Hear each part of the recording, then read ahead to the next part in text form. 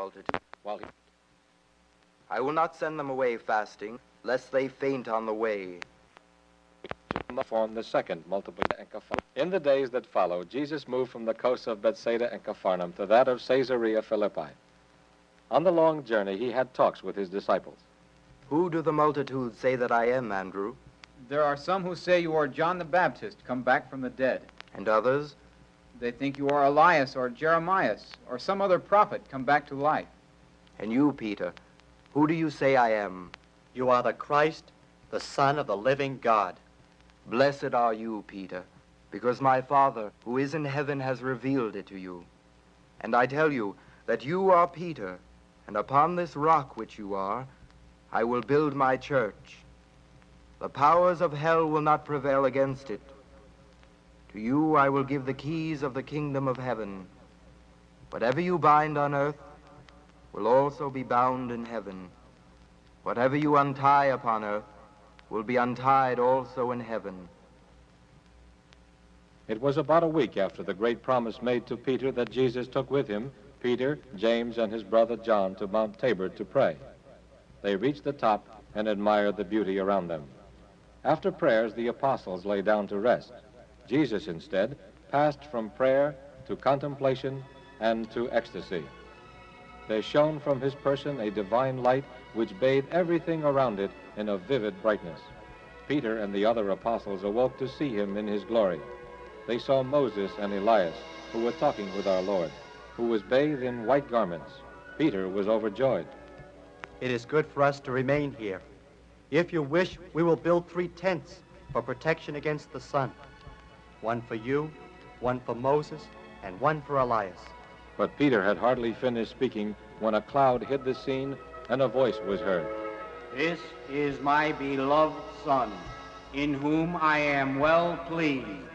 Hear ye him.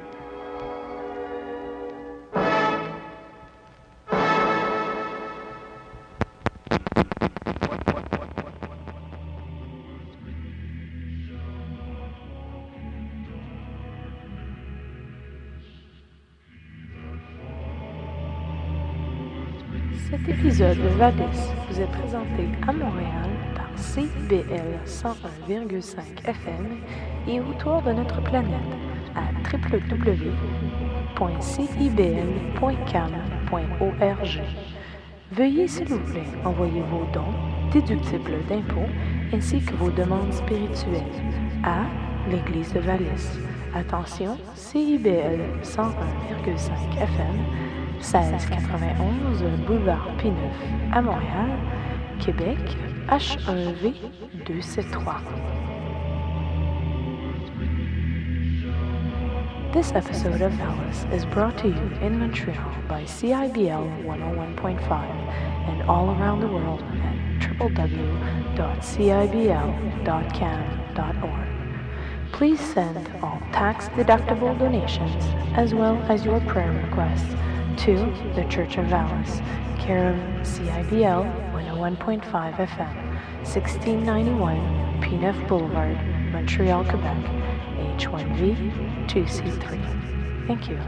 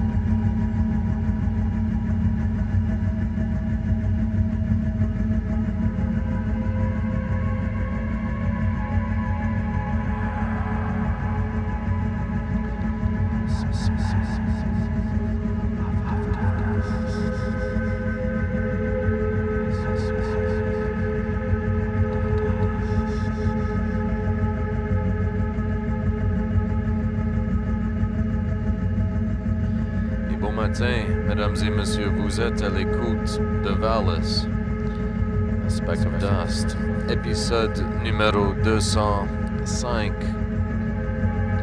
Today, and this week, is very special. April the 20th, the birthday of Adolf Hitler. April the 19th, the creation of a new pope. And the anniversary of the Oklahoma City bombing. Ce matin, nous avons des nouvelles de tout partout. Notre cher ami Wild Bill va être là. Gérard Bédard est là avec nous ce matin. We have many things for you, mais pour débuter, plusieurs pièces dédiées, well, to Adolf Hitler and our new Pope. Keep your hands on your rosaries.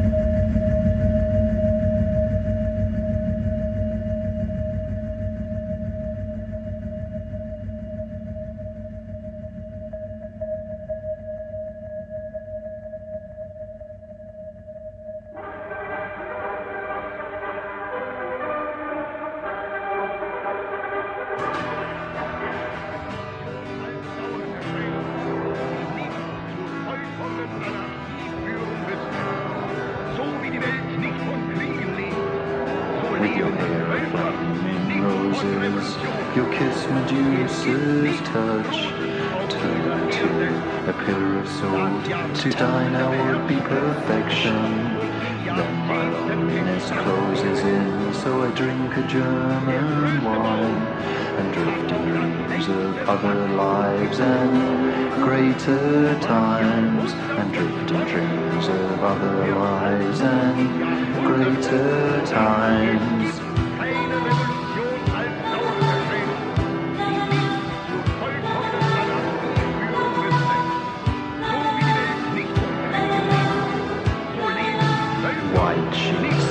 Wrap my mind, drunken thoughts of wounds and men. Why does the devil leave for us this legacy of loneliness, this cry for you? And a dagger's thrust, with your hair of flaming blooms, and your eyes of saintly dusk. Then my loneliness closes in, so I drink a German wine and drift in dreams of other lives and greater times. Then my loneliness closes in, so I drink a German wine and drift in dreams of other lives and greater times, and drift in dreams of other lives and greater times, and drift in dreams of other lives and greater times.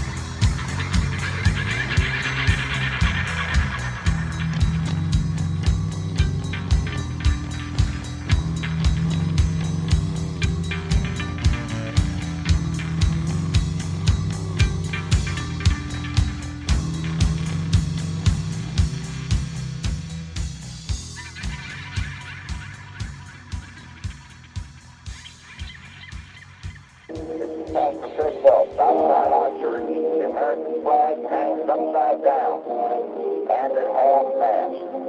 Upside down, sign of international distress. That flag now a butcher's apron, soaked with the blood of millions of innocent unborn babies murdered by a godless Supreme Court and a godless government, having been taken over by militant sodomites. And those red stripes also stand for the blood of filthy, promiscuous, disease-ridden, homosexual rectal blood.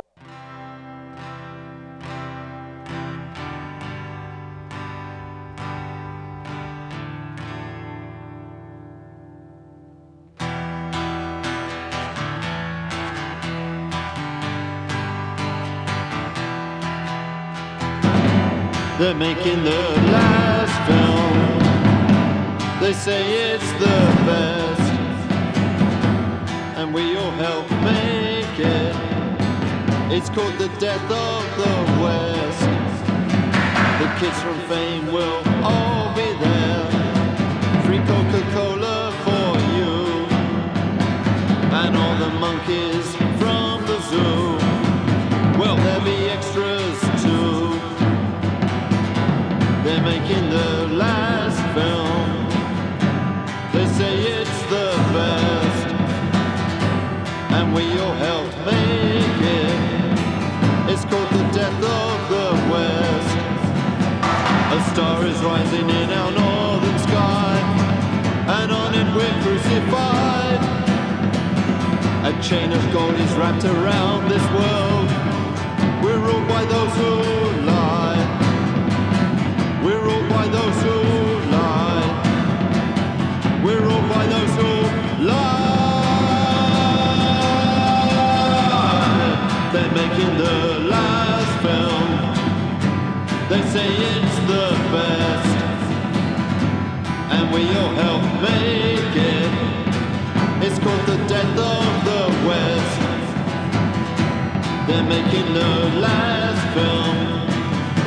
They say it's the best, and we all help make it. It's called The Death of the West. It's called The Death of the West. It's called The Death of the West.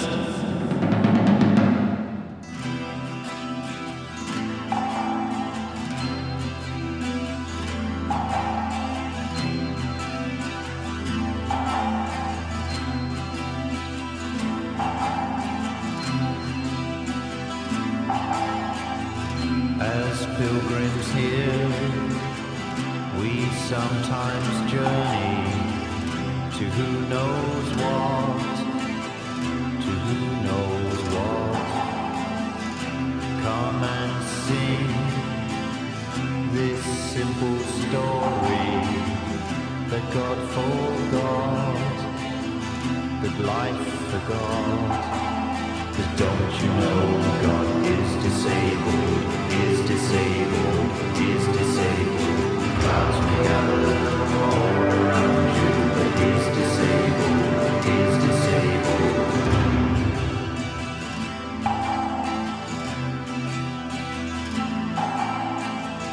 He's no friend to the friendless, and he's the mother of grief. There's only sorrow for tomorrow. Surely life is too brief. Surely love is too brief. But don't you know God is disabled, is disabled, is disabled. Crowds may gather all around you, but is disabled, is disabled. Don't you know God is disabled, is disabled, is disabled. Crowds may gather all around you, but is disabled, is disabled.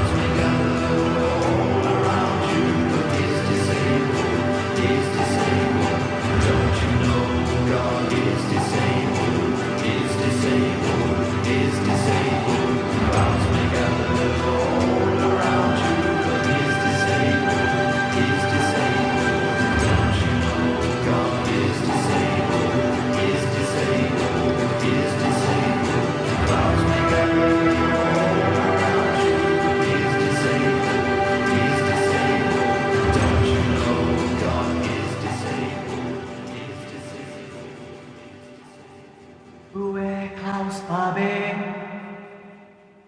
Où est Klaus Barbie? Où est Klaus Barbie? Où est Klaus Barbie? Il est dans le cœur, il est dans le cœur noir.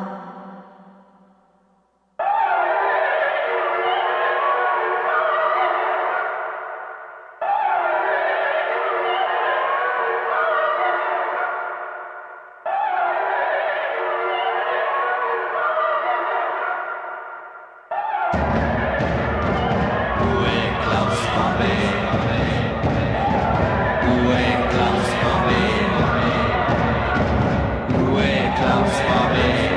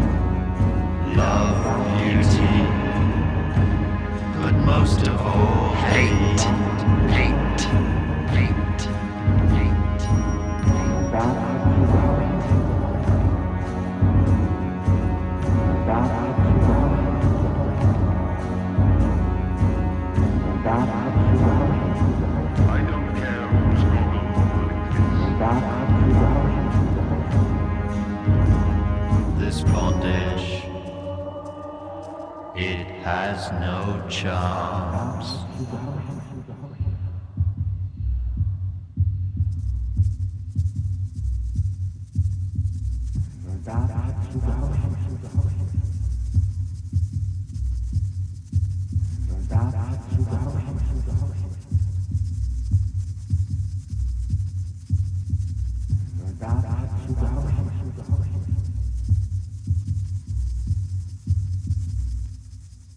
Wenn es sein muss, dann aber sofort.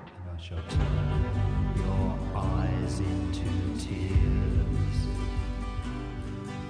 When all that's left are hollows of devotion,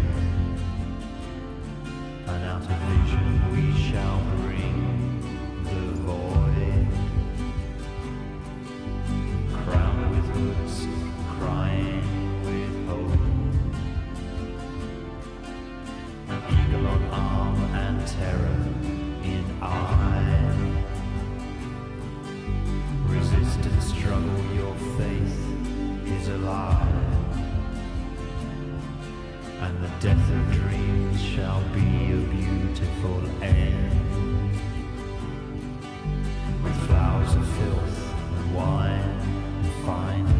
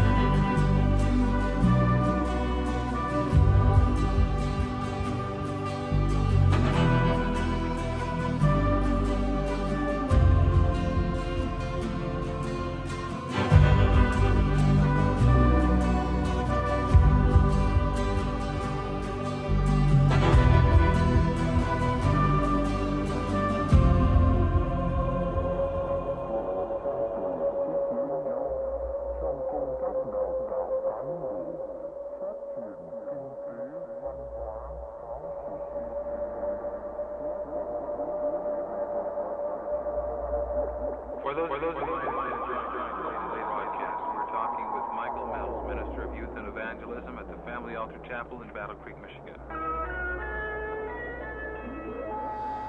Et bon matin, mesdames et messieurs, vous êtes à l'écoute de VALIS à CIBL, le 101,5 FM, la radio libre à Montréal. Je suis El Topo. Wild Bill va être là avec nous ce matin. Et Gérard Bédard est aussi avec nous. Il est là jusqu'à 6 heures pour nous donner un appui spirituel, si vous voulez. Nous avons une émission parfaitement extraordinaire pour vous ce matin. Nous avons débuté avec la musique dédiée au pape, the new pope, and Adolf Hitler. It was his birthday on Wednesday, so we did a little special on death in June. I'm not going to tell you anything about death in June, except that those were the, I'm going to tell you what the names of the songs were, however. But if you want to know more, and you can go on the computer, it's deathinjune.com. They're not going to say much about themselves either. That's up to you. The Hollows of Devotion. And I'll go backwards. Hollows of Devotion. Juste avant ça, c'était Power Has a Fragrance. C'est un rêve. God is disabled. Or he is disabled, rather. Death of the West. Heaven Street. Et on a débuté avec Runes and Men. These are from various albums. I'm not even going to give you the album titles, actually. It's well worth discovering on your own. I've been digging around for these albums for years, and they turn up on occasion. And that's about it. But now that we've gone a little too dark, because they do have this aesthetic about them. Dark, lonely. It's for a rainy morning, I guess. Vaguely spooky. I don't know how to describe it. Neo-Nazi, psychedelic goth music. But I don't even know if he's a neo-Nazi or he's just using that sort of, it was popular back in the day. Joy Division too. In fact, many people have described this band as just Joy Division with trumpets. But, the more I listen to this fellow, the more he, he touches me somehow. I hope he touched you too. But we're not going to listen to any more of that. Un peu plus tard, probablement un peu de Vangelis. Parce que ça va aller, si vous voulez, avec la température dehors. We're going to listen to Soil Festivities, if we have the time. I'm sure we will. And because we have 4 hours, but as you know, it's usually a terribly packed show here at the church. And this is why. We also have, Albert Camus ce matin.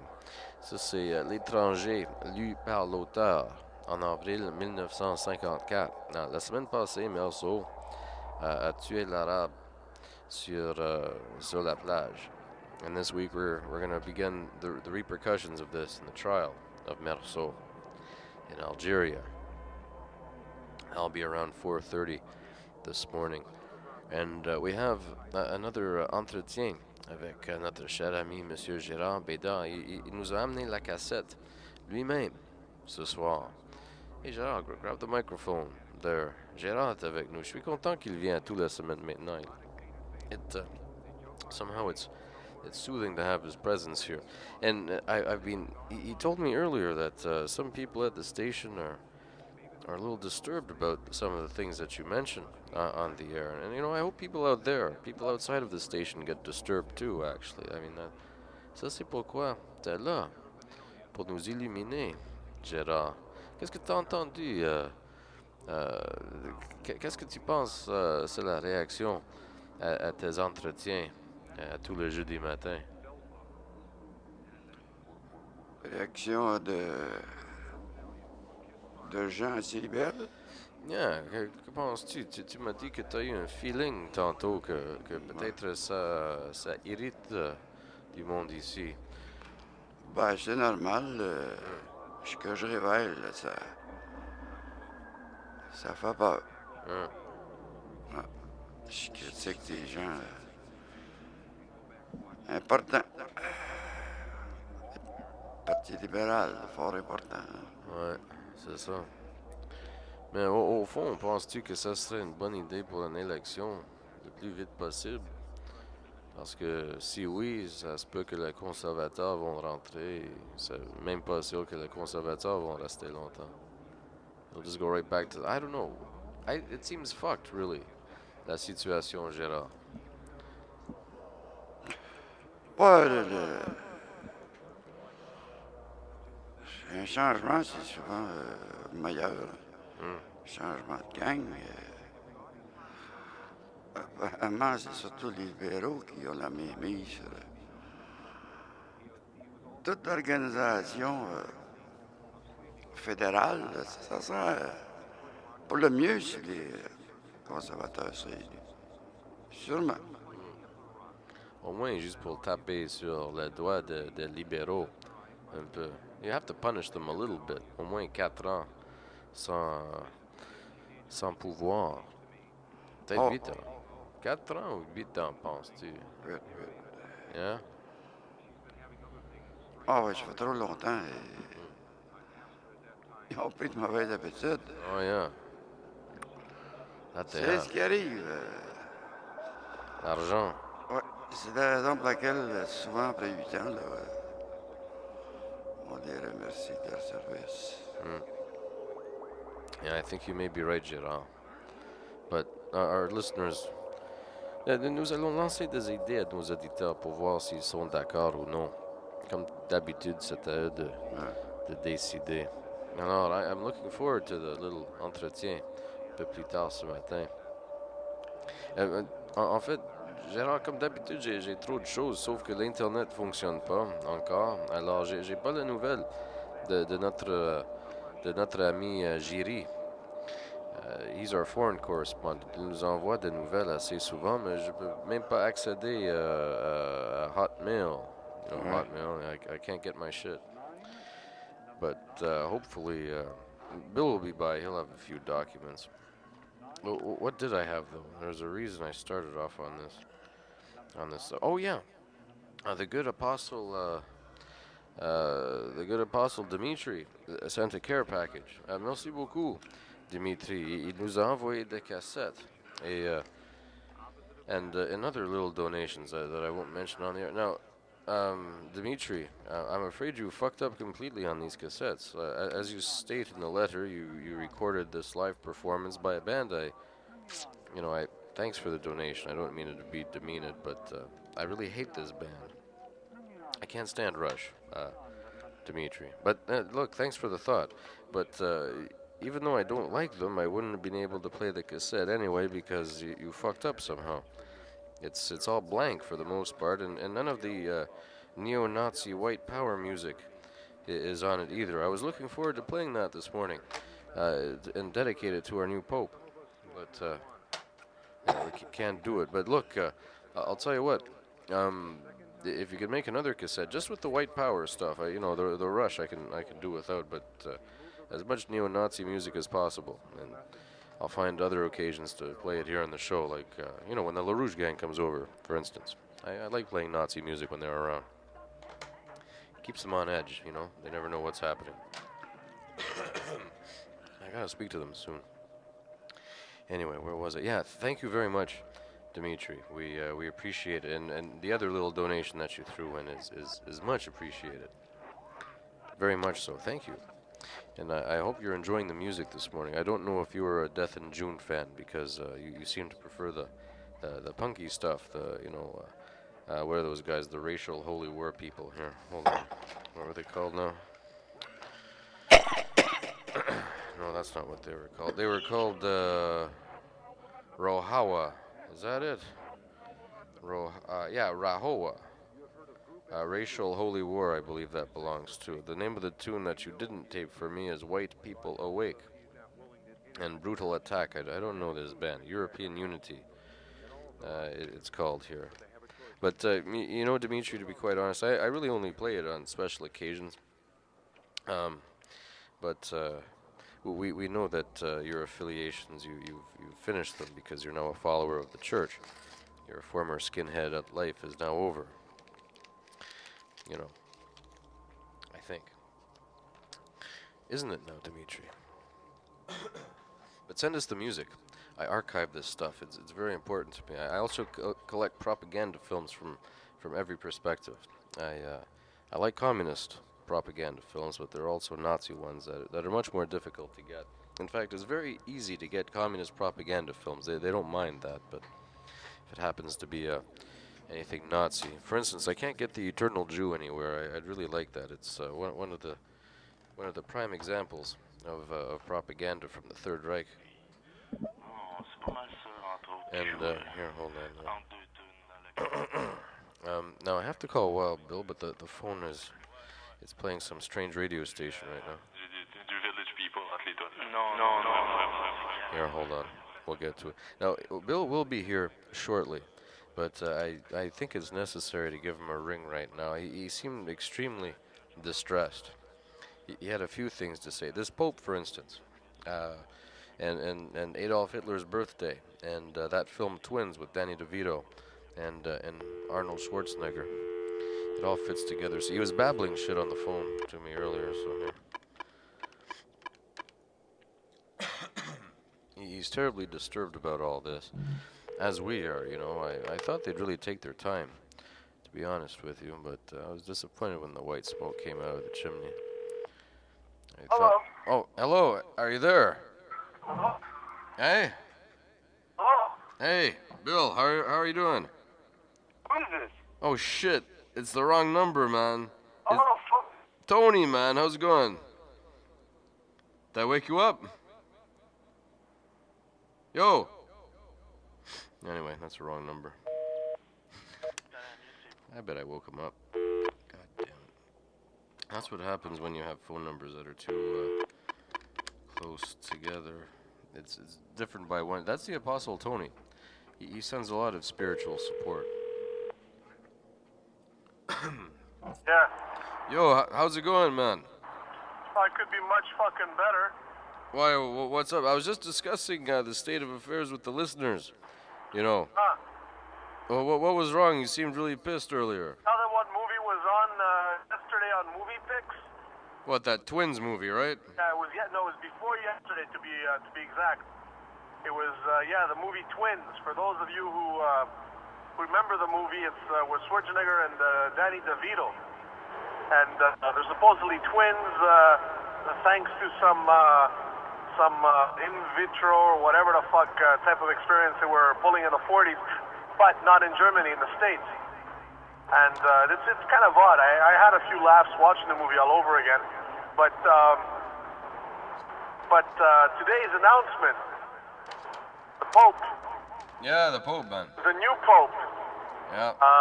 Well, people should know that he was in Hitler's youth movement, the Nazi youth movement. What was it called again? Well, it was the Hitler Youth. Well, Bill, it was. That's what I forgot to pick up. It was obligatory back in the day. Oh, you forgot to bring the Hitler book. Oh, damn. You know when I said Hitler. Yeah, that's unfortunate. I Look. forgot to bring Hitler's. What was that? It was books written out for the children, right? Yeah, La vie merveilleuse d'Adolf Hitler en français. That would have been our French content for the morning. Wow, Bill, that's unfortunate. Yeah, those are very interesting. Those are children's books about Hitler. Yeah, from Hitler and to the children. Well, the Pope must have read them. The new Pope, that is. What's his name? Benedict the 16th? Yeah, that's it. He chose the name Benedict. And the reason I mentioned the movie Twins, it's not because of the fact that Schwarzenegger looks like a Nazi, but and DeVito looks like Hitler, but it's because their last name in the movie, that's they're Benedict. They are both Benedicts. You know, they're Benedict brothers. Oh yeah. Yeah. So their last name just so happens to be the name that the new Pope adopts. And I'd like to research the name Benedict. Benedict, basically he says good things. That's what the word means in Latin, I guess. Oh, yeah? Benin, the dict is you can call it Latin, but it's not Latin. It comes from Greek. That's a whole different story. We've gone over that before. But it's funny because they say that, yes, this Pope is going to continue in the same line that that John Paul held, basically. He is anti-feminist and he is an anti-faggot type of Pope, which is a good thing. I like him because of that. But the thing that I don't like is the fact that he used to be a Nazi. And the reason I don't like that, well, the Italians don't mind. I wonder why. They said, you know, if we would have had our Pope, an Italian Pope, he would have been a fascist. So there's a German Pope, he's a Nazi. It's the same shit. I'd like to know what he thinks, the new Pope that is, what he thinks of the states and the way they do business. or politics. It's the same thing. Now, who's in the studio with you? Hey, Gérard is here with us. Gérard Bédard. Yeah, he's right here. There's a lot of distortion out there, Wild Bill. Is it raining? Can you hear me? Hello? Okay, you're cutting up, man. I'm going to be there in about 15, 20 minutes. 15, 20, huh? Yeah. All right. What do you got planned for the next 2 minutes? Well, more than likely, I could play some more, oh no, I probably won't play it. I don't know, I'll figure it out. You see, basically the computer doesn't work. There are no documents, and I don't have Mein Kampf with me. There are no documents. No, the computer's down. Everything's fucked. No bathroom either. Pardon me? No bathroom. The bathroom? Yeah, they're renovating the bathroom here, so if you have to do your business, you have to do it before you come. You're cutting up, man. You're cutting up bad. I'm gonna have to hang up, and I'm gonna get there. So I'll probably see you when I get there. Okay, man. Okay, well, I don't know. Well, I don't know what's going on, but the phone on your end is cutting up. Okay, well, we'll talk to you soon then. Okay, see you soon. Ciao. Ciao. Oh, well. That's like, you can't trust any goddamn technologies these days. No, where was I? Where were we, in fact? Oh, yeah, music. No, I think we will get into some more music, except I'm not going to get as dark as Death in June again. I think I might leave them alone for a while, until somebody important dies in June. Where the hell did I put the Vangelis? Ah, yeah, here we go.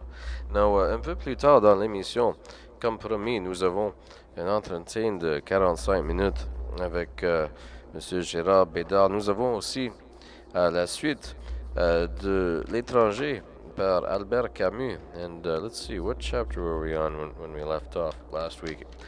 Melso has just shot the Arab on the beach, and now his life, to quote Full Metal Jacket, is, well, he's going to be in a world of shit. Where is he now? Yeah, deuxième partie, chapitre 1. Now, we're going to get into the trial of Melso this morning. I hope you stay tuned for that. It's quite interesting. Gérard's going to sit around and shoot the shit with us a bit. How you doing, Gérard? Ça va bien. Yeah? Oui. Ben, j'espère que ta cassette va avoir de bons détails pour nous. Je sais que le monde à l'écoute pour des nouvelles sur les libéraux, ils ont besoin de connaître tes histoires, Gérard. Oui. Ouais. La criminalité. Oui. Ils sont devenus...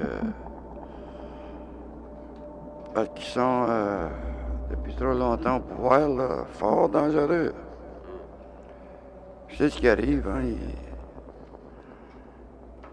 C'est le plus... plus facile pour les autres de nous frauder. On est heureux parce que... On sait que quelqu'un qui vole, hein, le vol même, là, la fraude, ben, est entouré de... englobé de toutes sortes de criminalité, hein, pour... C'est sûr, ça. Et ce sont même la violence, hein. Ça, c'est quelque chose. Yeah, absolument.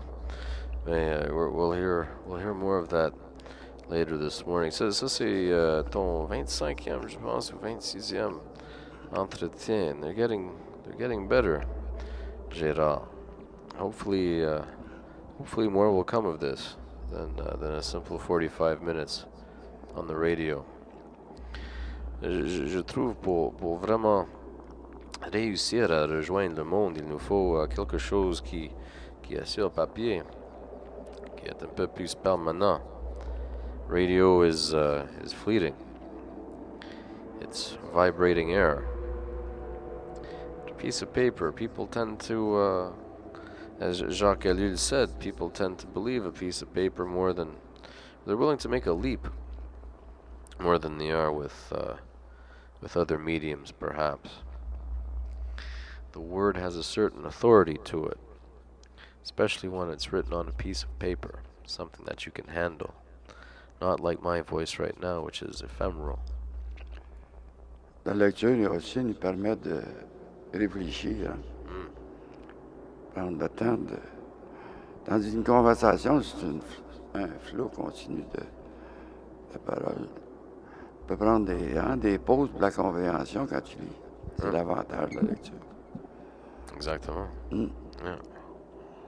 Ouais, nous autres, on va essayer d'être plus littéraires parce que nous allons donner du temps à notre auditoire de réfléchir ce matin sur les coïncidences qui ne sont pas des coïncidences. The election of the new Pope, Adolf Hitler's birthday, and the anniversary of the Oklahoma City bombings. And a lot of shit is probably going to happen today. I haven't even watched the news yet.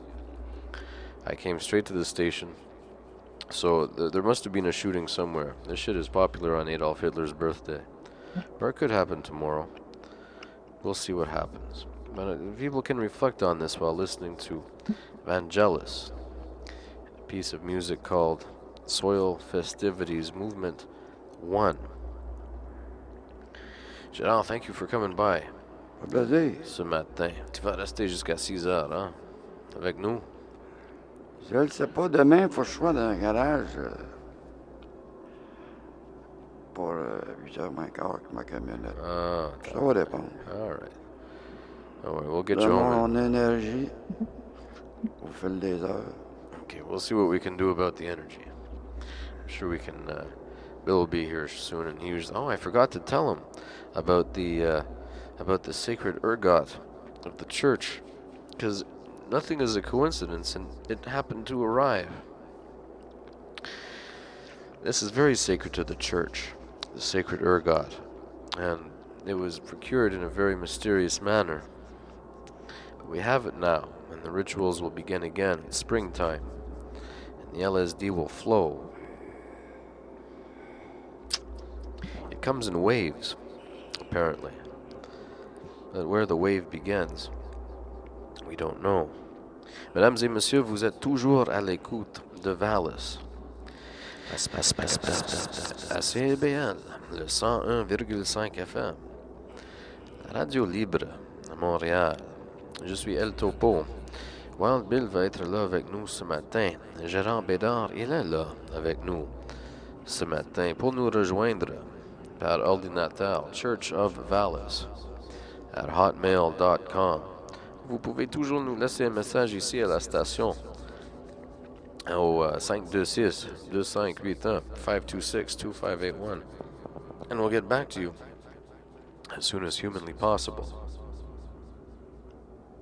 Gardez vos mains where they ought to be.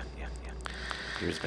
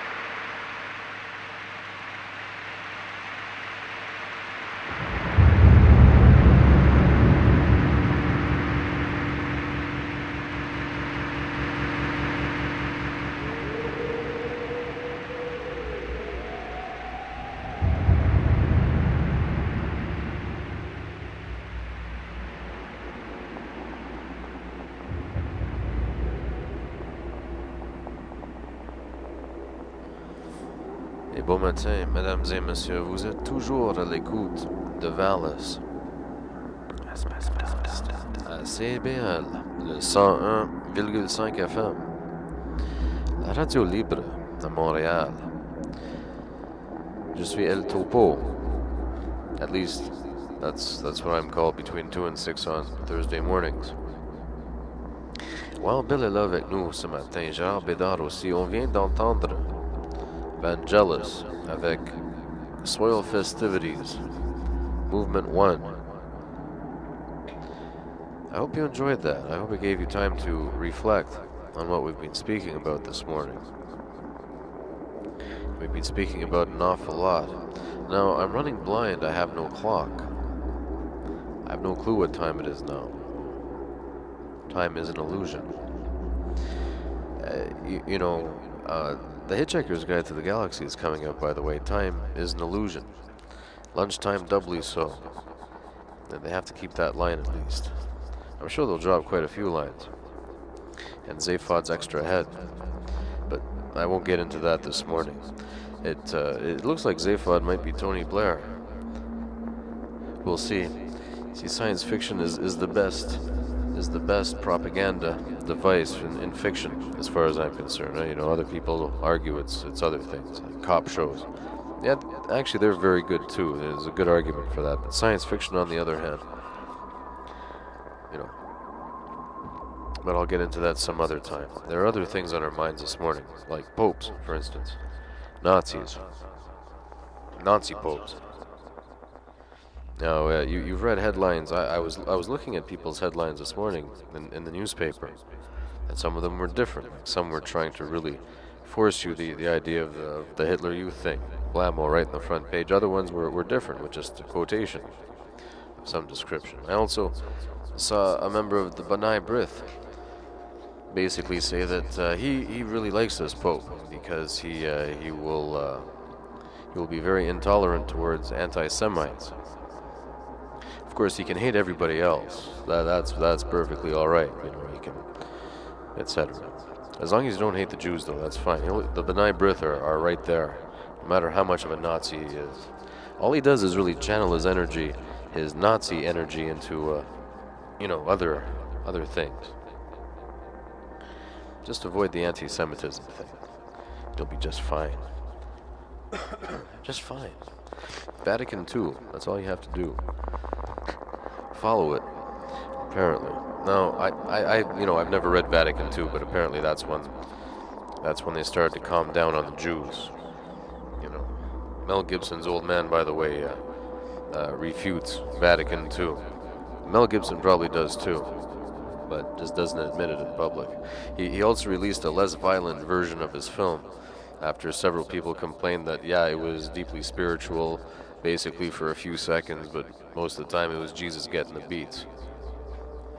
And, he cut some of the violence, which is probably, so there's a PG version now. It reminds me back when I was very, very young, they came out with a PG-rated version of Saturday Night Fever, so everybody of every age could go and see John Travolta make a fool of himself.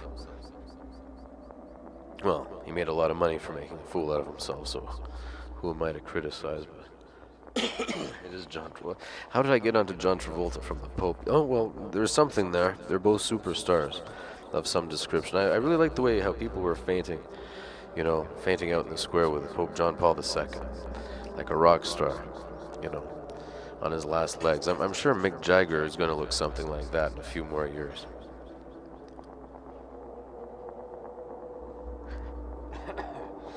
Where am I? Wow, Bill, what are you doing over there? I'm rolling a joint. Oh, that's what you're doing. Okay, well, that's important. How you doing, man? Benedict XVI. What happened to the other 15? Give me your cell phone. Give you my cell phone. Yeah, does it have a clock on it? Yeah, sure it does, but I can't guarantee it's the right time. Yeah. I think I'm 5 minutes ahead, so. I think you're 5 minutes ahead. I think. Then again, you know me with time, huh? Yeah, that's why I hate Chronos. That's why I have to be very strict about it. I have Chronos at my back. He doesn't fuck around, So I just handed over my cell phone for it to be used as a leash, folks. How stupid can I be? You did that as soon as you got a subscription to this fucker. No, I don't look at the time. The time is the leash. It's people that run like by minutes and seconds. They got to be somewhere 10:15. It's like, I make an appointment. I can't make an appointment for my life. Doctor tells me to make an appointment. I'll tell him I'll be there on Friday if I have time, It's like, what time are you going to be there on Friday? Whenever the fuck I feel like it. What kind of question is that, man? Are you a doctor? You going to be in? Okay, great. I'll come there and I'll wait in line and see you. What the fuck? It's not like if you're something special nowadays. Gone are the days that doctors were respected. Nowadays, doctors are just butchers with a license. And popes, what's a pope if not a Caesar? So this time we're not going to be hailing Caesar, but we're going to be zig-hailing Caesar. Well, apparently it was obligatory, and he wasn't, really a Nazi. It's just an obligatory thing. And apparently he quit the army. I keep saying apparently for yes, a lot of people. reasons. Okay, I like that when people make excuses for that. It was obligatory. Let me ask you this, Chris: is it obligatory to pay tax? Yes, it is, isn't it? Now I don't do it, or I try not to, and I know I'm not the only one. Tax is illegal. It's Caesar's tax. Fuck Caesar. Fuck every single fucking Caesar, and fuck his mother too. Now, obligatory. That's bullshit. That's bullshit. It's obligatory to what? Let's find something that's obligatory that most people do that I don't, and I'm not the only one. How's this? It's obligatory not to jaywalk, right? For God's sakes, we live in Montreal. It's like, it's obligatory to pick up your dog's shit when you take it for a walk. Now, how many of you actually do that? Hell no. You take it, for a walk near a neighbor you don't like, and you leave the shit there. Come on, man. Obligatory. So he was obliged to wear the Nazi patch. Yeah. And you're going to tell me deep down inside he is a good man. That's what they're going to tell you. Yeah. He's a good shepherd. But Hitler was a Jew. Yeah. Oh, yeah. Yeah. Now, as far as the B'nai B'rith go, they can go fuck themselves. I've said that before. Yeah, we have mentioned that a few times. But long live the crazy fucking Jews on the hilltops around that city. What's it called again? It's in the what Hebron. they call what? Hebron. Isn't Hebron or something? Yeah, Hebron. That's it. Around Hebron, they're claiming what they think is theirs, and all the power to them. But fuck all the other ones that go around telling people what they can say and cannot say. I'm free to say whatever the fuck I want. And you can go fuck yourselves if you are part of the B'nai B'rith. If you are a Mossad agent, you can go fuck yourself too. If you're part of the Israeli government, or any government for that matter, you can go fuck yourself. Now come and get me and try me for war crimes, motherfuckers. And no, not one Jew died in World War II. I don't know. I wasn't there. How the fuck can I tell you? Were you there? If you were there, great. I gotta take your word for it. I don't believe you. How's that? And I don't believe the history books either. I don't believe fuck all. I don't believe none of it. What are you gonna do? Sue me? Or are you gonna try me? Fuck. Anyways, nobody died in World War II. It was all a fucking joke. It was all on fucking TV, man. Anybody who came back with their legs cut off is because they were masturbating too much. Or something like that. Is that so? Yeah. How the fuck should I know? I wasn't even there. It was all faked. That's what I believe. Like the moon landing. Like the moon landing. Yeah. We know who directed that one. He paid for it. Oh, yeah, Stanley Kubrick. There you go. Now, Yeah. he wasn't able to go around saying that, now was he? Why? Because people actually believe that we landed on the moon. We probably did land on the moon, but not when they told you we did. That's the whole point. What you know and what's going on are two different things. Why did the Nazis exist to begin with? Why did they go after certain groups of people? They didn't go after the Jews. They went after a lot of people. They went after Christians. No matter what nationality you were, they went after gypsies. They couldn't care less what religion they were. Why? I'll tell you why. It was all about gold. Yes, gold, folks, gold. Gold was what makes the world go round. And who still owns a lot of gold more than the fucking banks? The Pope. Caesar. Fuck him. Fuck the new Pope. Shoot his ass. Not in the head, shoot his ass. Teach him a fucking lesson. Your phone's ringing. That's a cute little girl. Hey. Your phone is exactly 10 minutes late. I figured it out. Kronos brought me wisdom, see. He carries a side, though. Alright. While Bill is talking to it, sexy little girl on the phone. Does she have friends? Perhaps a sister? No sister, but she's got friends. Oh, yeah? Yeah. Speaking about the Pope.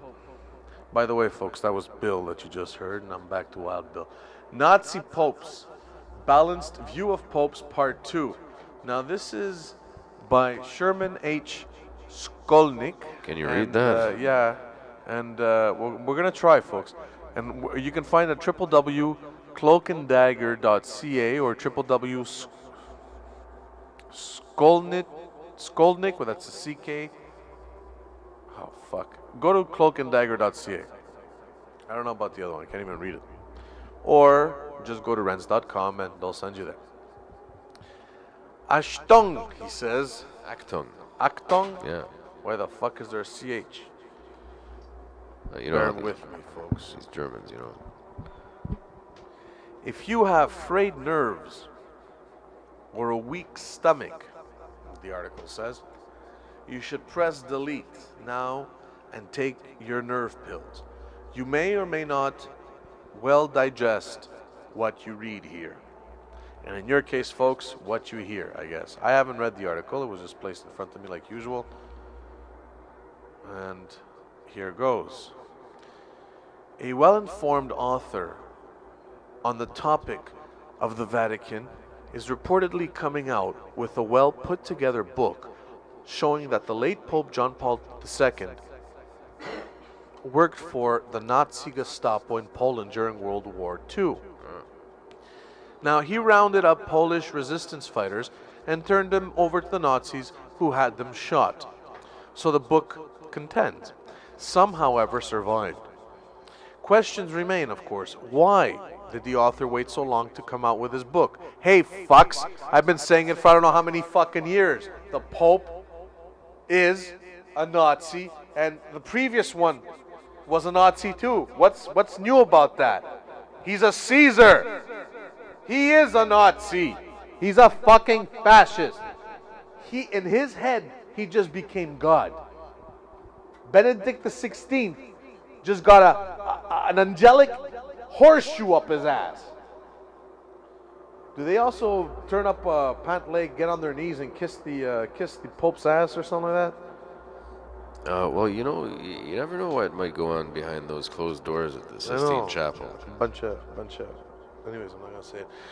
All the little kids that were in the schools know. He rounded up Polish resistance fighters. Ouch. Yeah, that's no problem. He rounded up Polish resistance fighters and turned them over to the Nazis who had them shot. Questions remain, of course, why did the author wait so long to come out with his book? Some contend that secretive German funds, possibly that is post-war surviving Nazis, arranged for and financed the clandestine conclave that installed Wojtyla, or whatever the fuck his name was, as Pope John Paul II. Remember, the Anglo-American aristocracy financed the rise of Adolf Hitler as a bulwark against the Soviets. Now, the Anglo-American aristocracy, we all know who owns England. Remember? It's the Bank of England. And who owns the Bank of England? Hey, B'nai B'rith? Come on. Huh? Who is it? Who is it? And what nationality is he? Motherfuckers? What was Hitler? Come on. Isn't like, whatever. Fuck off. Fuck you. Long live the crazy Jews that are shooting Arabs to claim what's theirs, and fuck you, B'nai B'rith, and fuck you, every other Jew who tries to stop me from saying whatever the fuck I want, even if it's against you or anybody else.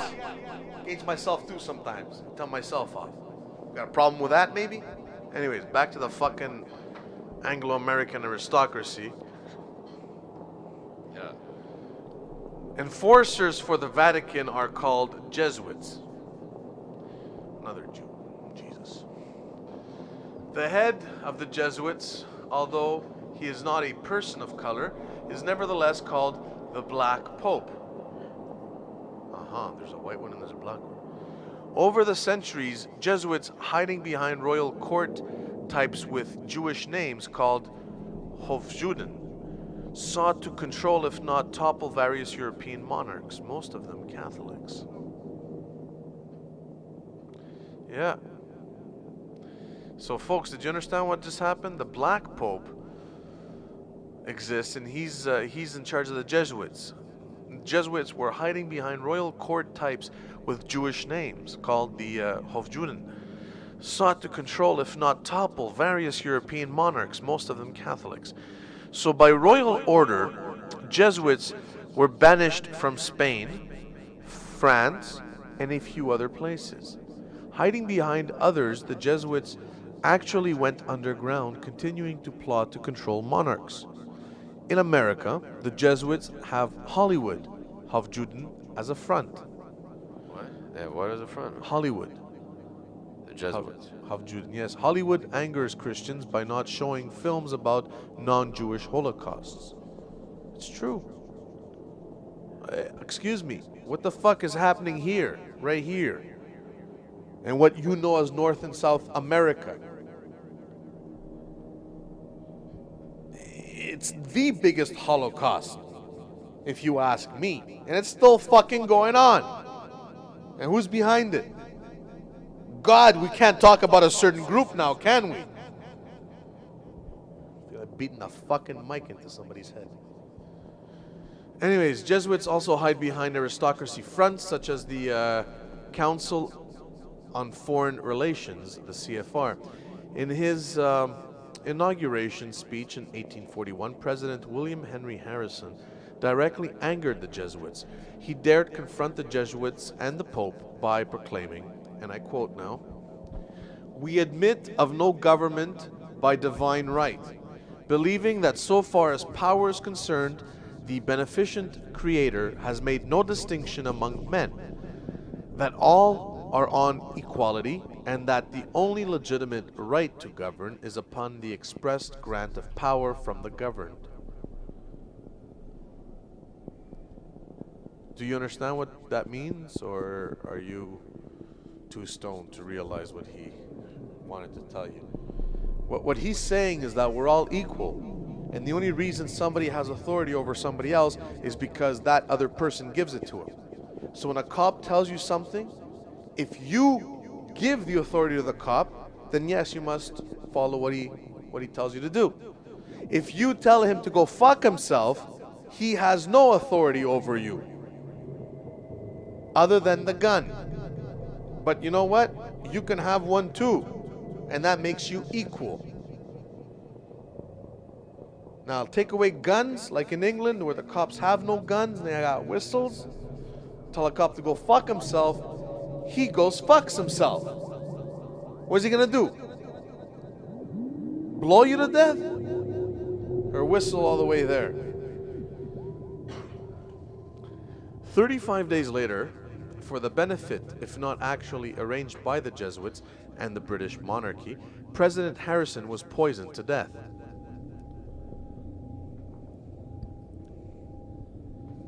Did you get that? They killed the motherfucker. What?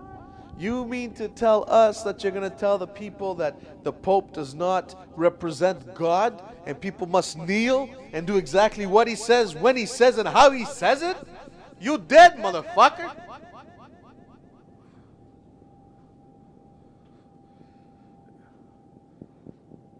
Benedict the 16th, may he go fuck himself and his mother too. Zig Heil, yes, Chante just came in and... Hey Chante, let's give a big Zig Heil to the new Pope, huh? Yeah, hop 2, 3, 4. Or 1, 2, 3, 4. 2 Nazis in a row, like, you know, whatever. Good old Chantal, of course, does Le Caméléon, which is on right before now, the after church. they poison his ass... How you doing there, well, Bill? Oh, they killed the motherfucker. I know. They kill lots of people. They're good at it. You know, they're pros. They've been All doing it for told, thousands of 7 U.S. presidents were assassinated from 1841 to 1963, as orchestrated, if not actually arranged, by the Jesuits and the British monarchy. 4 by gunfire, 3 by poisoning. If you want to know more about this, you should visit and take this down, folks. S as in Sam, K as in kangaroo, O as in L as in Lima, N as in Nancy, I as in India, C as in Charlie, K as in kangaroo, S as in some of whatever, R as in report. I've got a pen and I've fucked up. There Seriously. you go. So it's Skolnik. Go to rents.com and read the fucking article. How's that? Yeah. And the links are all there. So seldom more publicly mentioned is that over the last 2 centuries and more, various Jesuits and popes have labeled the Declaration of Independence as wickedness, and that popular government provided by the U.S. Constitution with its Bill of Rights is a satanic instrument. Satanic instrument. Well, listen. Any Bill of Rights is a satanic instrument. Oh, yeah? Yes, because it tells you what rights you have. Oh, I see. Yeah, of course, you know. See, I believe in anarchy. Fuck you. You can't tell me what rights I have. I'll tell you as I make them up. If I decide I have the right to shoot your ass, well, guess what? You're dead. You know, there is a way to protect yourself, you understand? You can live like in the wild, where even predators can be prey. It doesn't mean that the predator is king. Like the lion ain't king. The lion can die of a little bug, a disease. What I'm trying to say, folks, is that bills of rights, telling people what rights they have, is all bullshit. Who tells you you have the right to breathe? If I decide you're breathing my air, you're dead. What? What's wrong with that? It's my right of survival. How's that for a right? I'll make a whole new set of fucking Bill of Rights. It can be, you know, how's this? Nobody has any rights. You're all slaves. That's the only truth in life. Tell me, who amongst you does not shit? You all go to the can and shit. What does that mean? Does that mean that it should be a right to be allowed to go to the can and shit just because everybody has to do it? No, it doesn't. Look at the guys who kidnap people and tie them up and tell them to go shit in their pants. Actually, how about the one who shoved the fish up some guy's ass and told him, no, you can't shit? Does this make any sense? Obviously not to anybody. That's normal. But to me right now it does. Because all I know is that they chose a new God, a new Caesar, a new Pope. And they called him Benedict XVI. Why does a representative have to choose a name that's not his? Why does this Pope have to become somebody else? That's like what emperors used to do. Still do, I guess. Fuck Caesar. Fuck the Americans too when it comes out. Like this article, you know, the more I read it. Okay, so what? The Jesuits killed a few American presidents. They've killed much more than just that. I'm sure the Jesuits were behind the fact that Greece was under Turkish rule for so long too. Of course. And I can't stand the CBC for what they fucked up during that funeral. Anyways, no, the Greek Orthodox Church does not answer in any fucking way to the Pope. They're above the Pope. The Pope came after. That whole concept came after. It's second. It's not first. The Pope is fuck all. He's nothing. He's nobody. He's not even a human being. He's a maggot. And if somebody shoots him, I'll be a happy man.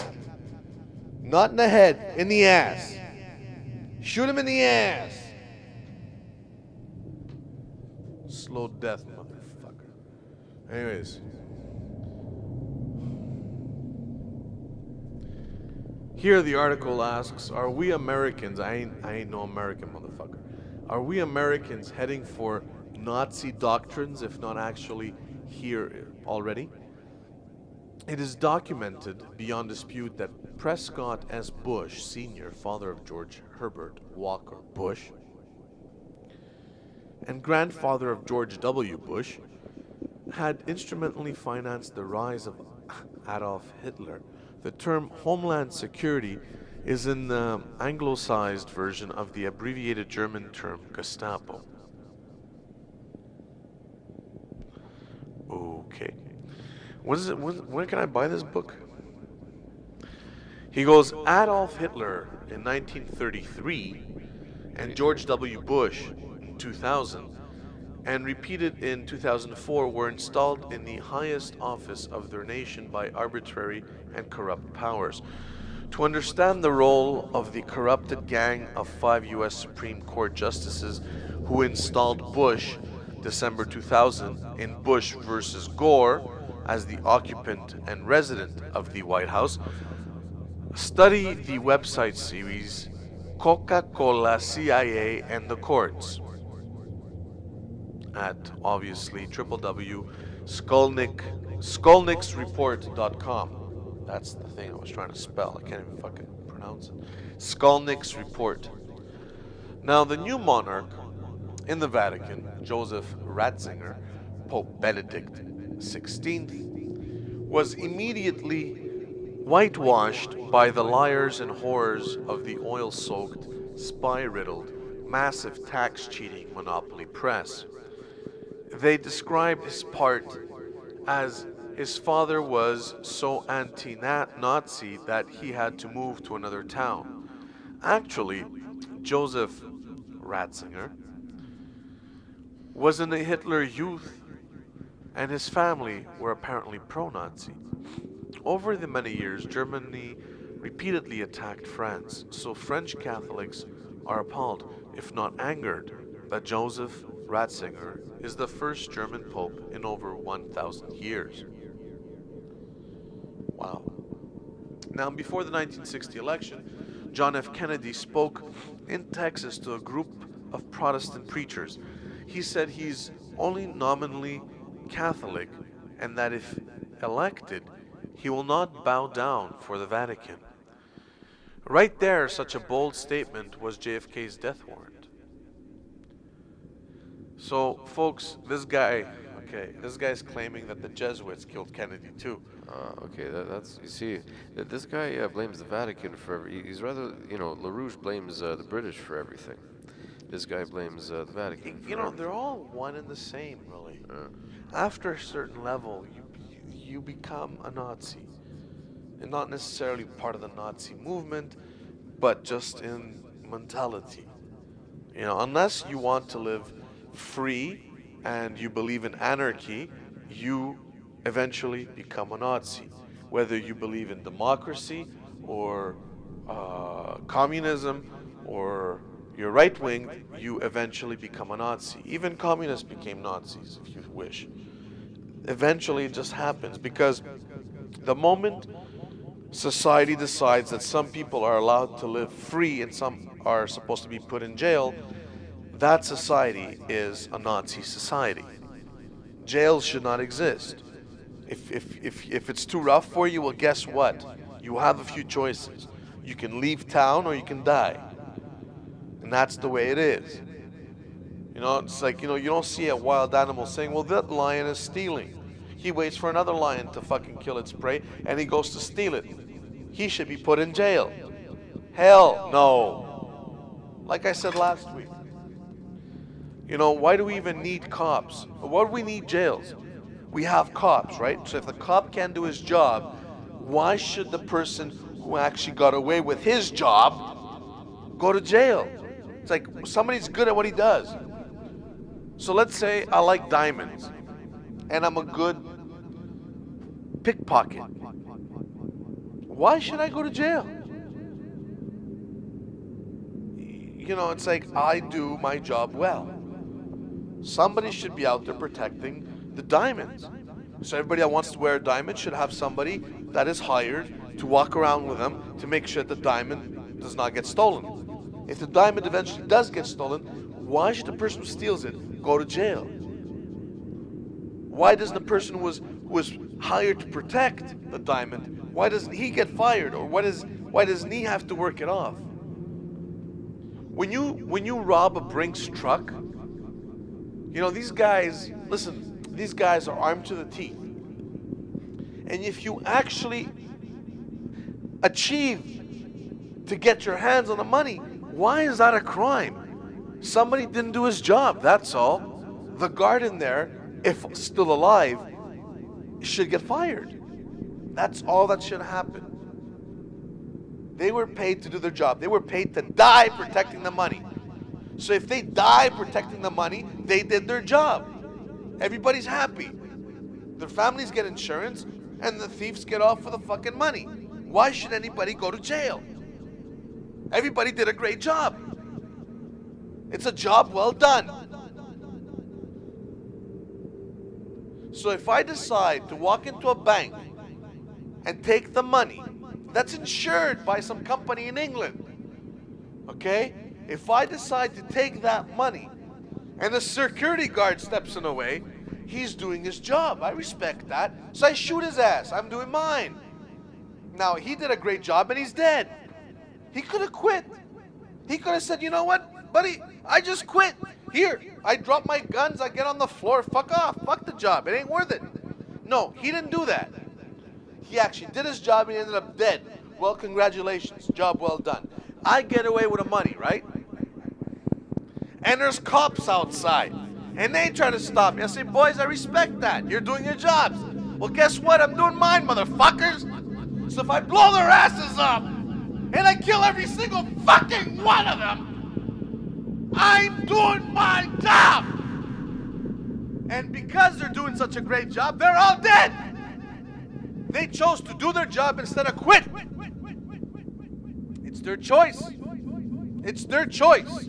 And they're insured for it by some company in England, probably owned by some Jew or a Jesuit. Okay? They're all insured. Everything's great.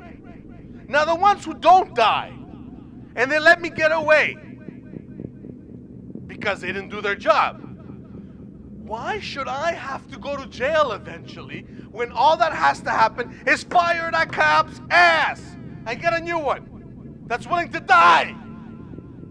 Because that's what cops do. They die. In the line of duty, they die.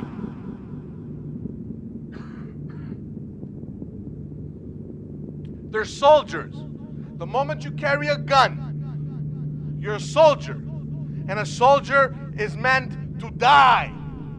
If you come back from war and your war is on a daily basis, consider yourself lucky. If you choose to go back to fucking war the next day, well, chances are you're gonna die, motherfucker. Now back to the fucking Pope and his fucking Jesuits and the rest of it.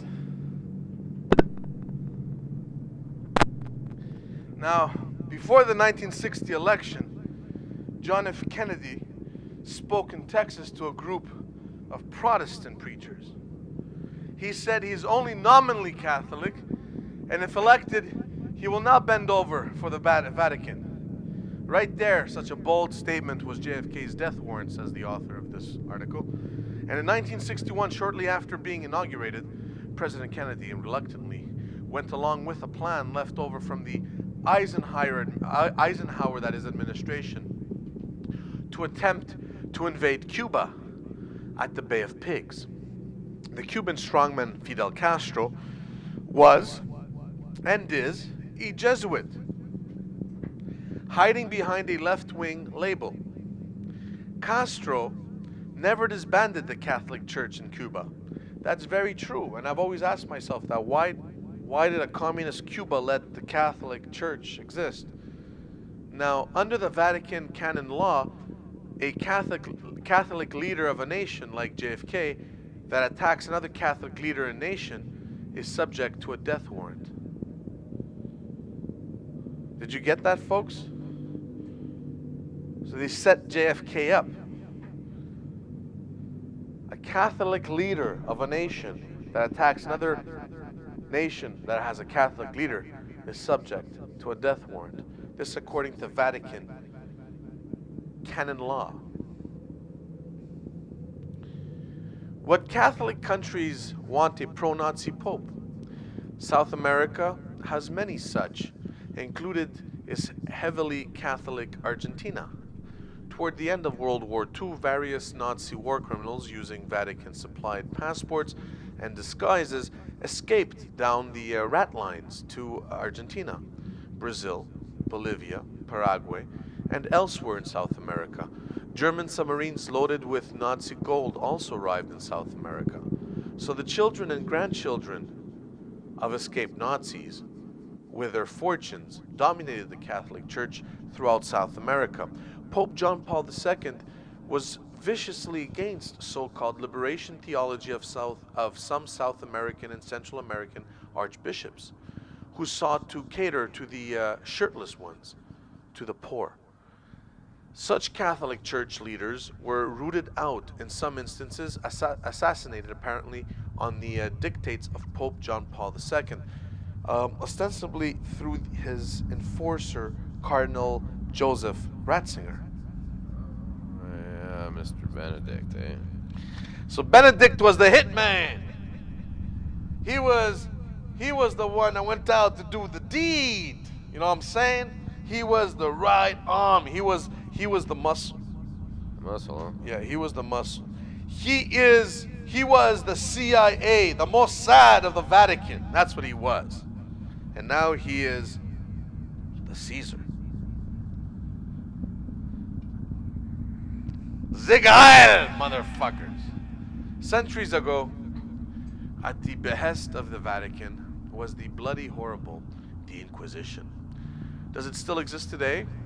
The author says yes. Its existence since 1981 was, like centuries ago, to punish heretics. Its title is now something like promoting the faithful, and who has headed this latter-day Inquisition? Why, none other than pro-Nazi Joseph Ratzinger, now Pope Benedict XVI.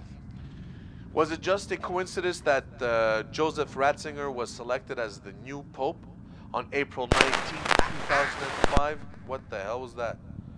That was... the mic. We need new mics, folks. Send money immediately. So, was it just a coincidence that Joseph Ratzinger was selected, that is, as the new Pope on April 19th, 2005, a day before Adolf Hitler's birthday? It's also it was the anniversary of the Oklahoma City bombing. Hey, I'm an Aries too. I got something in common with Hitler. Yeah, anyways. April 19th, a day before Hitler's birthday. What is the result of part of the planet going back to rule by Nazis? More coming, he says. Stay tuned, and yes, we'll keep you. Actually, I want to know more about this. But you know, we've been living a Nazi rule ever since the 40s, folks. I told you, and I've said it again. The only way to go is anarchy. The economy cannot work without anarchy. If you have complete anarchy, it's perfect capitalism. You buy cheap, or you pay nothing, and you sell high, or you keep it for yourself. That's capitalism. Anyways, what it comes down to is that there will always be a few that want to control the many. I refuse to be part of those few. And if I ever end up amongst them and I realize it, I will take them all down. But that ain't gonna happen anytime soon. So what I'm gonna do is I'm gonna fight them as best I can. If I can't hit them in the head, I'll hit them in the toe. I will be the thorn on their side up until they give up.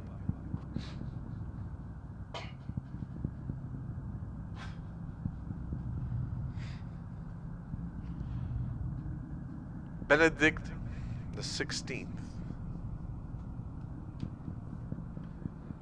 was chosen one day, was selected as one day before Hitler's birthday. Well, happy birthday, Hitler. We have anything pretty Nazi to play? Oh yeah, I really, you weren't listening earlier. Yeah, I played a whole bunch of terribly Nazi shit. Really, it's sort of Nazi psychedelic goth music. You have any, like, industrial?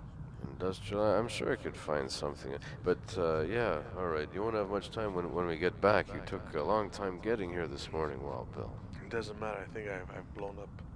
I got it all out of my system. Yeah, you feel alright now? I feel better. Alright. But listen, if a cop tells you to do something and you disagree with him, tell him to go fuck himself. And tell him, by the way, buddy, you work for me. And he's going to probably respond, yeah, but I work for myself also. Tell him, yeah, but only when you're not in uniform. So while you're in uniform, you don't work for yourself. You work for me. And don't forget, cops are not human when they're in uniform. They are just things. Things that are told to do something. It's like whores, you know? You don't actually think of a whore as a human. I don't. If you did think of them as a human, I don't know. That's fucked up, you know? It means every other human is a whore. A whore is not a human, neither is a cop. They are people doing something for money. Actually, anybody who works is not a human. They're a drone.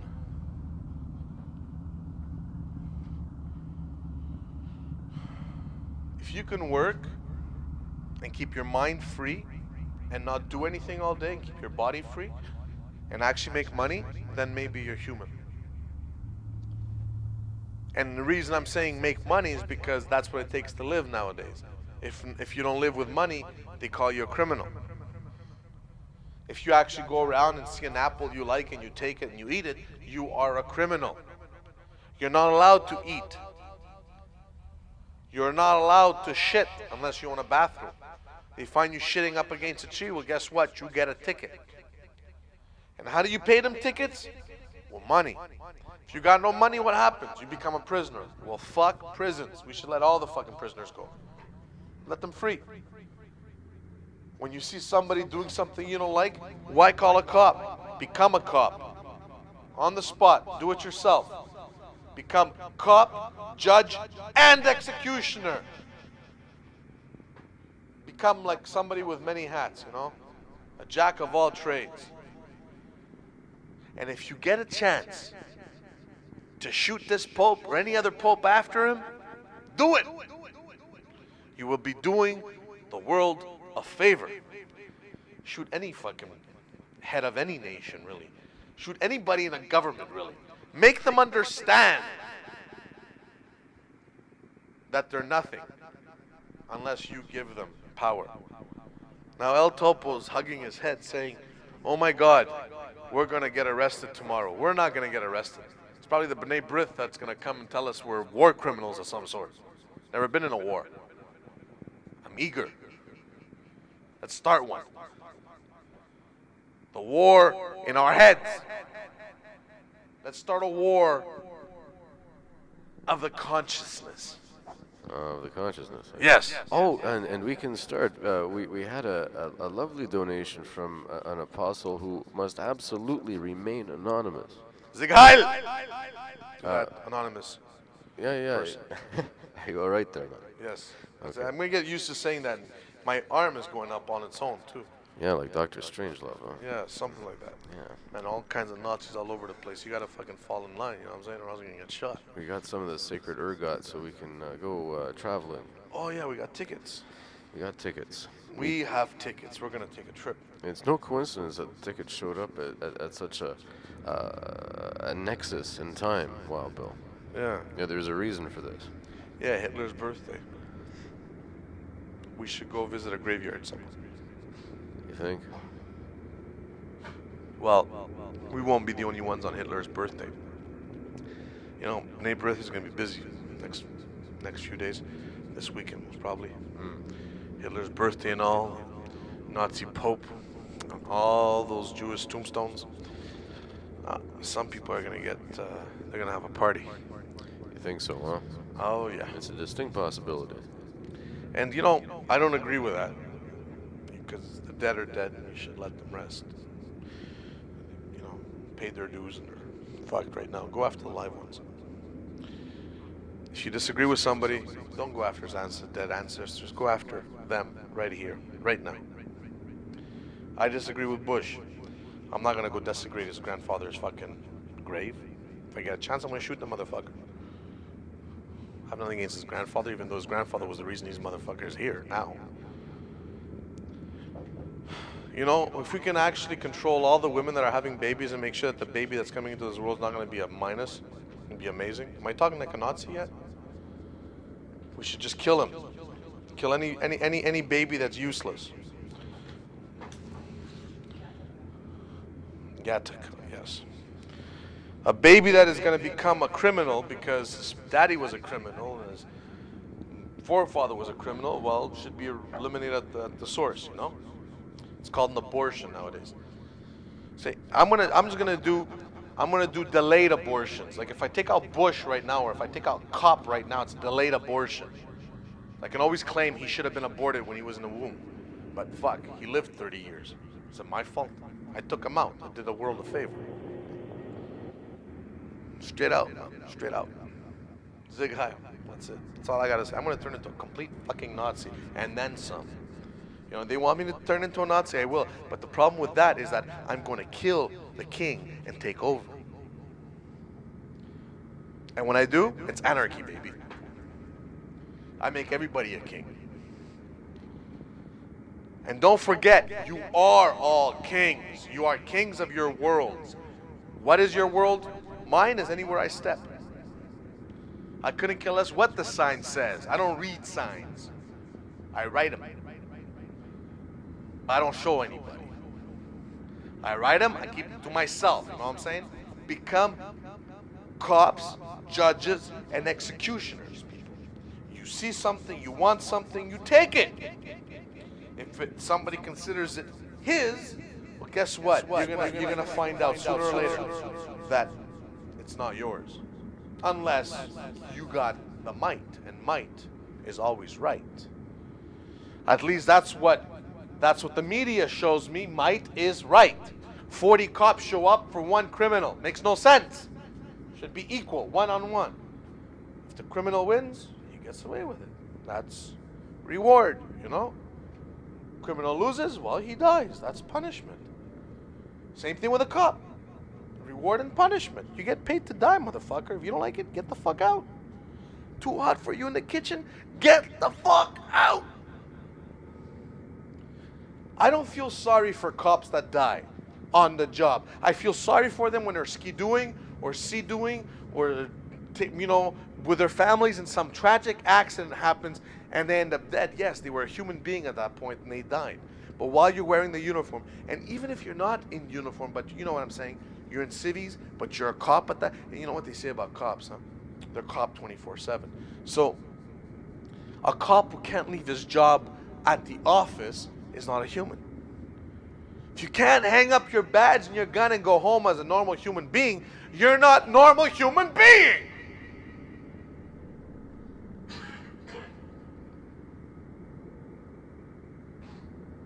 You know, it's wrong for people in power to abuse the power. Now you tell me, anybody out there know of one cop who has never abused their power? I'd like to know the name of that cop. And I will thank him personally here on the air. There is not one cop that has not abused their power. When they're young, They get prostitutes to give them free blowjobs and stuff. And stuff, yes. And you know, they squeeze the dealers. They squeeze anything they could squeeze because they know they're in a position that they can do this. Obviously, people out there are saying, nah, not in Montreal. Better believe it. What you know of North America is not so different as what you know of South America. It's the same shit. We all know how cops function in Mexico, but when it comes to cops here in North America, no, Mexico is part of North America, but here in what we know as the U.S. or Canada, you know, we all know that cops are dirt in the U.S. also, thanks to Hollywood. But what about Canada? Or what you know as Canada? The RCMP are the biggest drug dealers in Canada. It used to be the Airborne Rangers, but they no longer exist. The police force is the biggest criminal gang that exists. And they're insured, and they have the right to walk around with guns.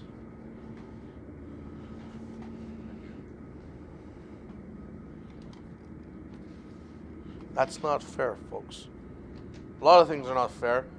Why am I talking about cops when we start off talking about the Pope? Because they're all Nazis, that's why. Because they all answer to a captain or to somebody in charge. I hate this shit. Anyways, I'm putting down the mic and I'm going to roll one. I suggest you do the same.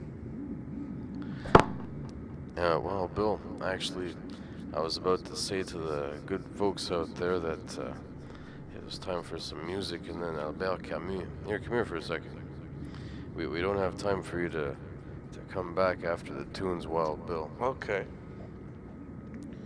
Well, one last thing then. It's regarding Hydro-Quebec. Oh yeah, Hydro. If you can rob them, do it. Rob them blind.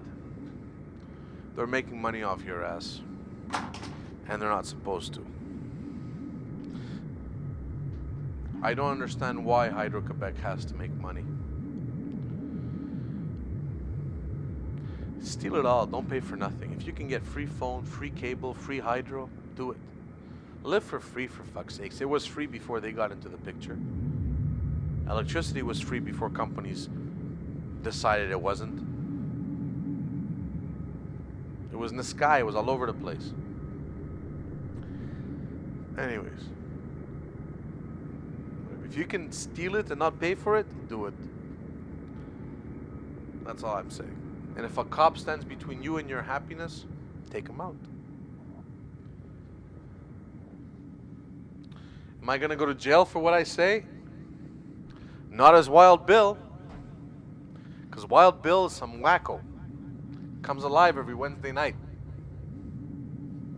And he goes to sleep, disappears every Thursday morning. Wild Bill is a character. And he's talking to you right now, and he's talking to you live. And what he's saying is, long live anarchy. And the only way I'll become a Nazi is if I'm at the top. So unless you're ready to put me there, fuck you and your mother too. Every single fucking one of you. Because I really don't give a flying fuck about what you think, really. All I know is that as Wild Bill, I'm able to pick up this mic every Wednesday night and stir shit. And I like stirring shit. I like causing shit. Because that's where it's at. I'm not going to join them, but I am going to do my best to beat them. And if I can't beat them, well, guess what? I'll try again. Never stop, folks. Find authority and kill it.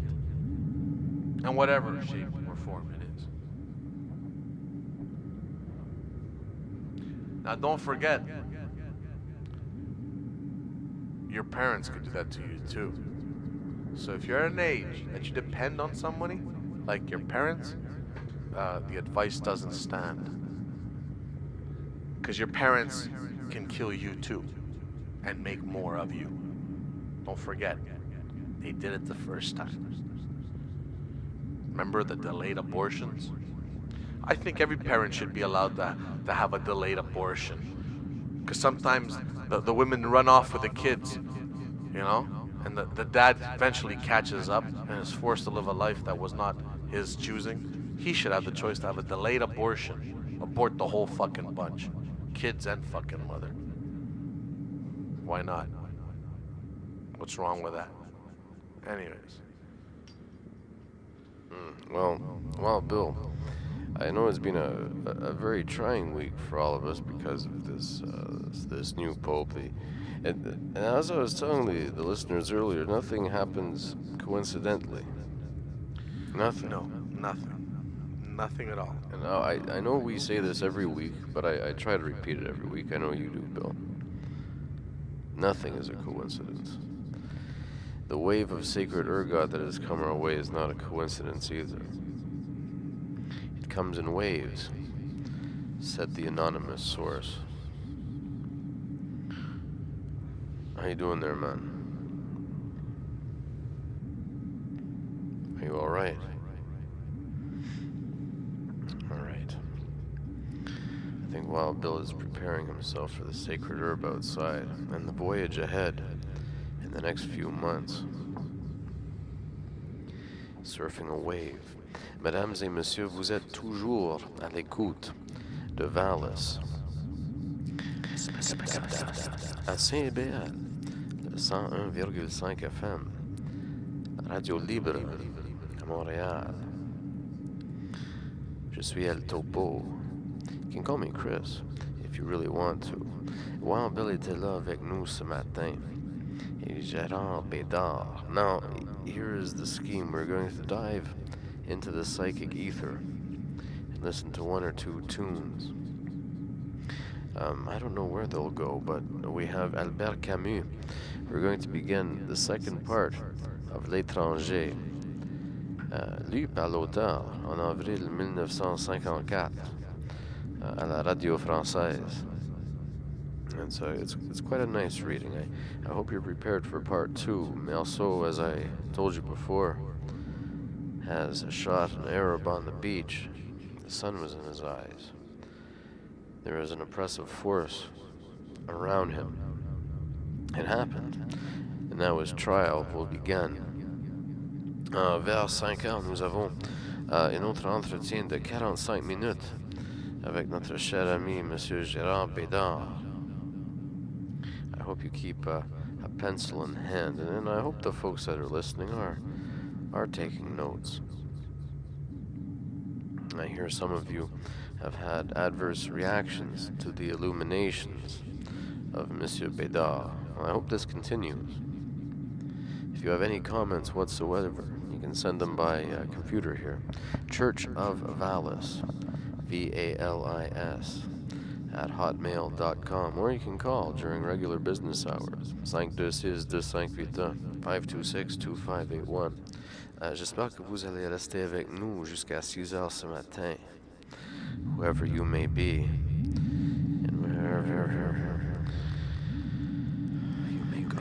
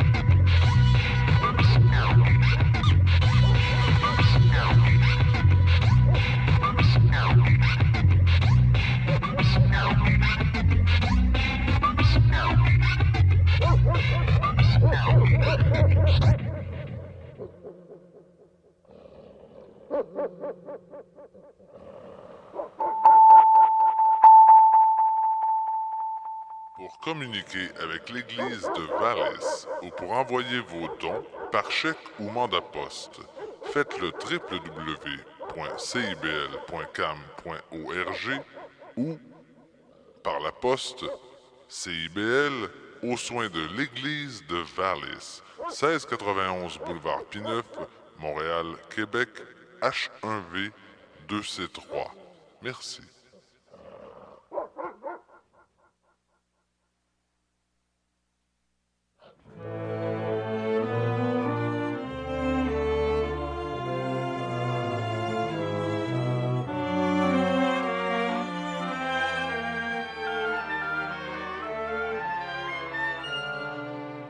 La radiodiffusion française vous prie d'écouter une production du Club d'essai, Lecture du soir, consacrée aujourd'hui au roman d'Albert Camus, L'étranger, lu par l'auteur.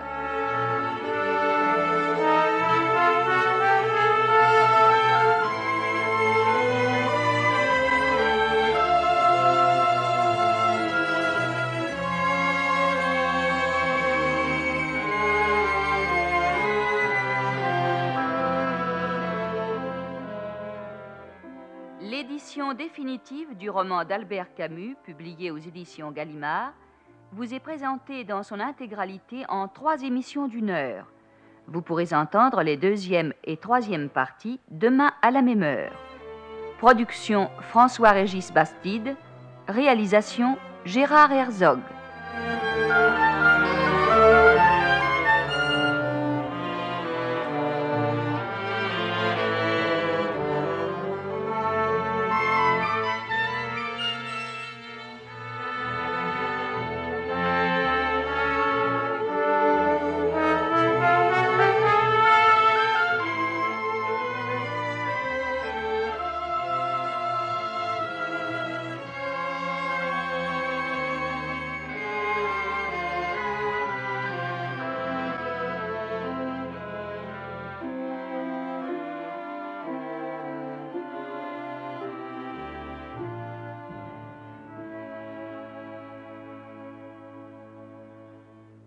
Deuxième partie.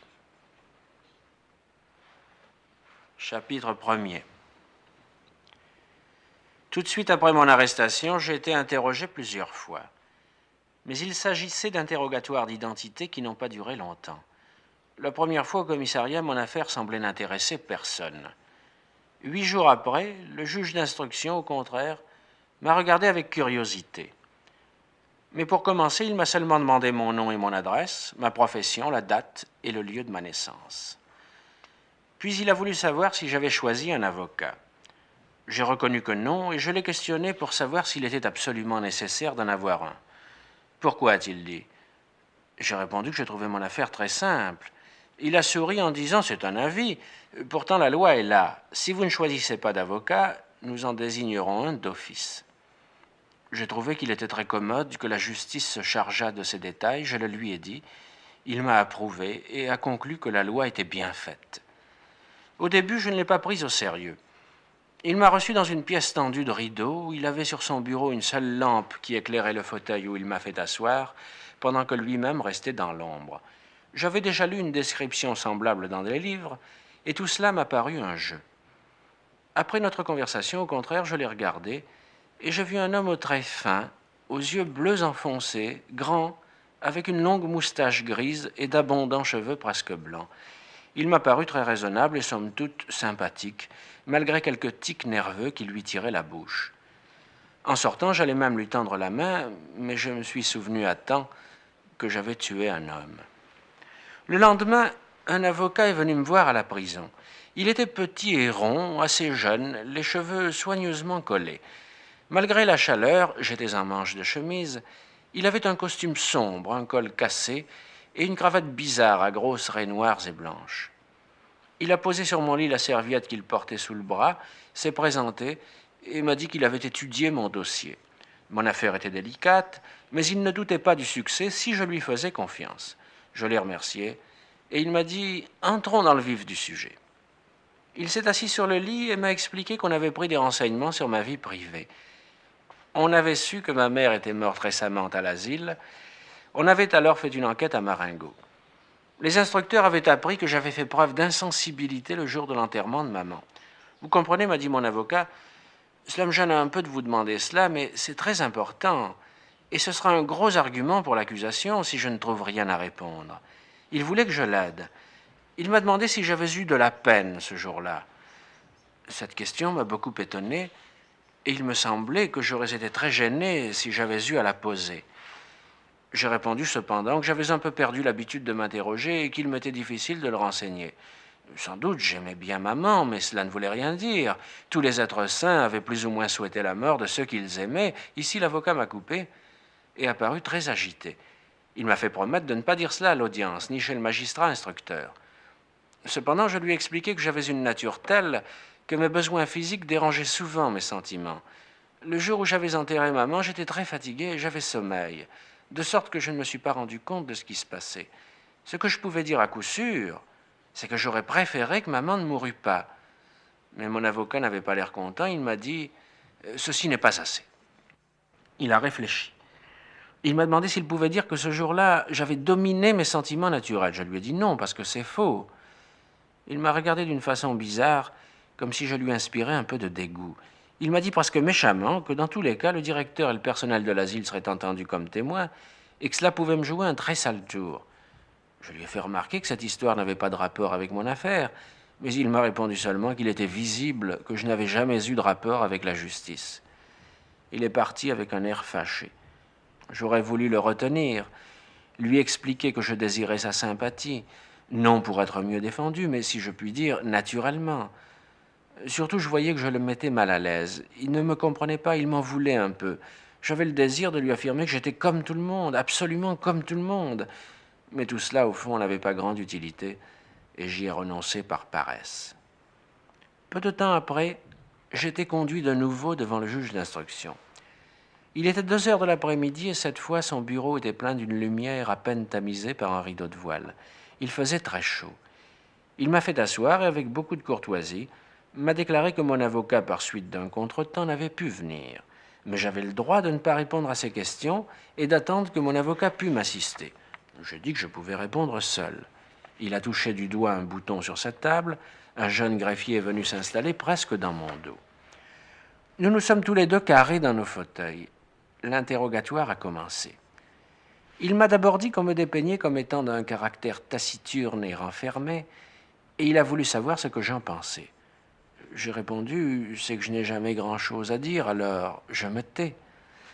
Il a souri comme la première fois, a reconnu que c'était la meilleure des raisons, et a ajouté d'ailleurs, cela n'a aucune importance. Il s'est tu, m'a regardé, et s'est redressé assez brusquement pour me dire très vite, ce qui m'intéresse, c'est vous. Je n'ai pas bien compris ce qu'il entendait par là, et je n'ai rien répondu. Il y a des choses, a-t-il ajouté, qui m'échappent dans votre geste. Je suis sûr que vous allez m'aider à les comprendre. J'ai dit que tout était très simple.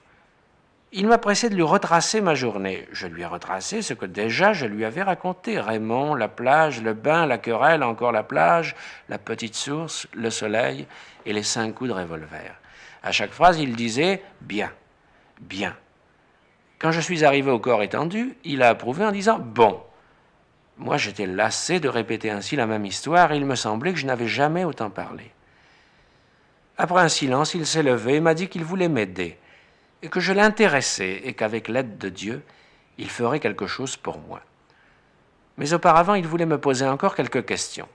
Sans transition, il m'a demandé si j'aimais maman. J'ai dit oui, comme tout le monde.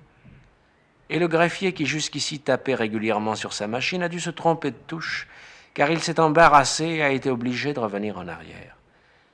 Toujours sans logique apparente, le juge m'a alors demandé si j'avais tiré les 5 coups de revolver à la suite.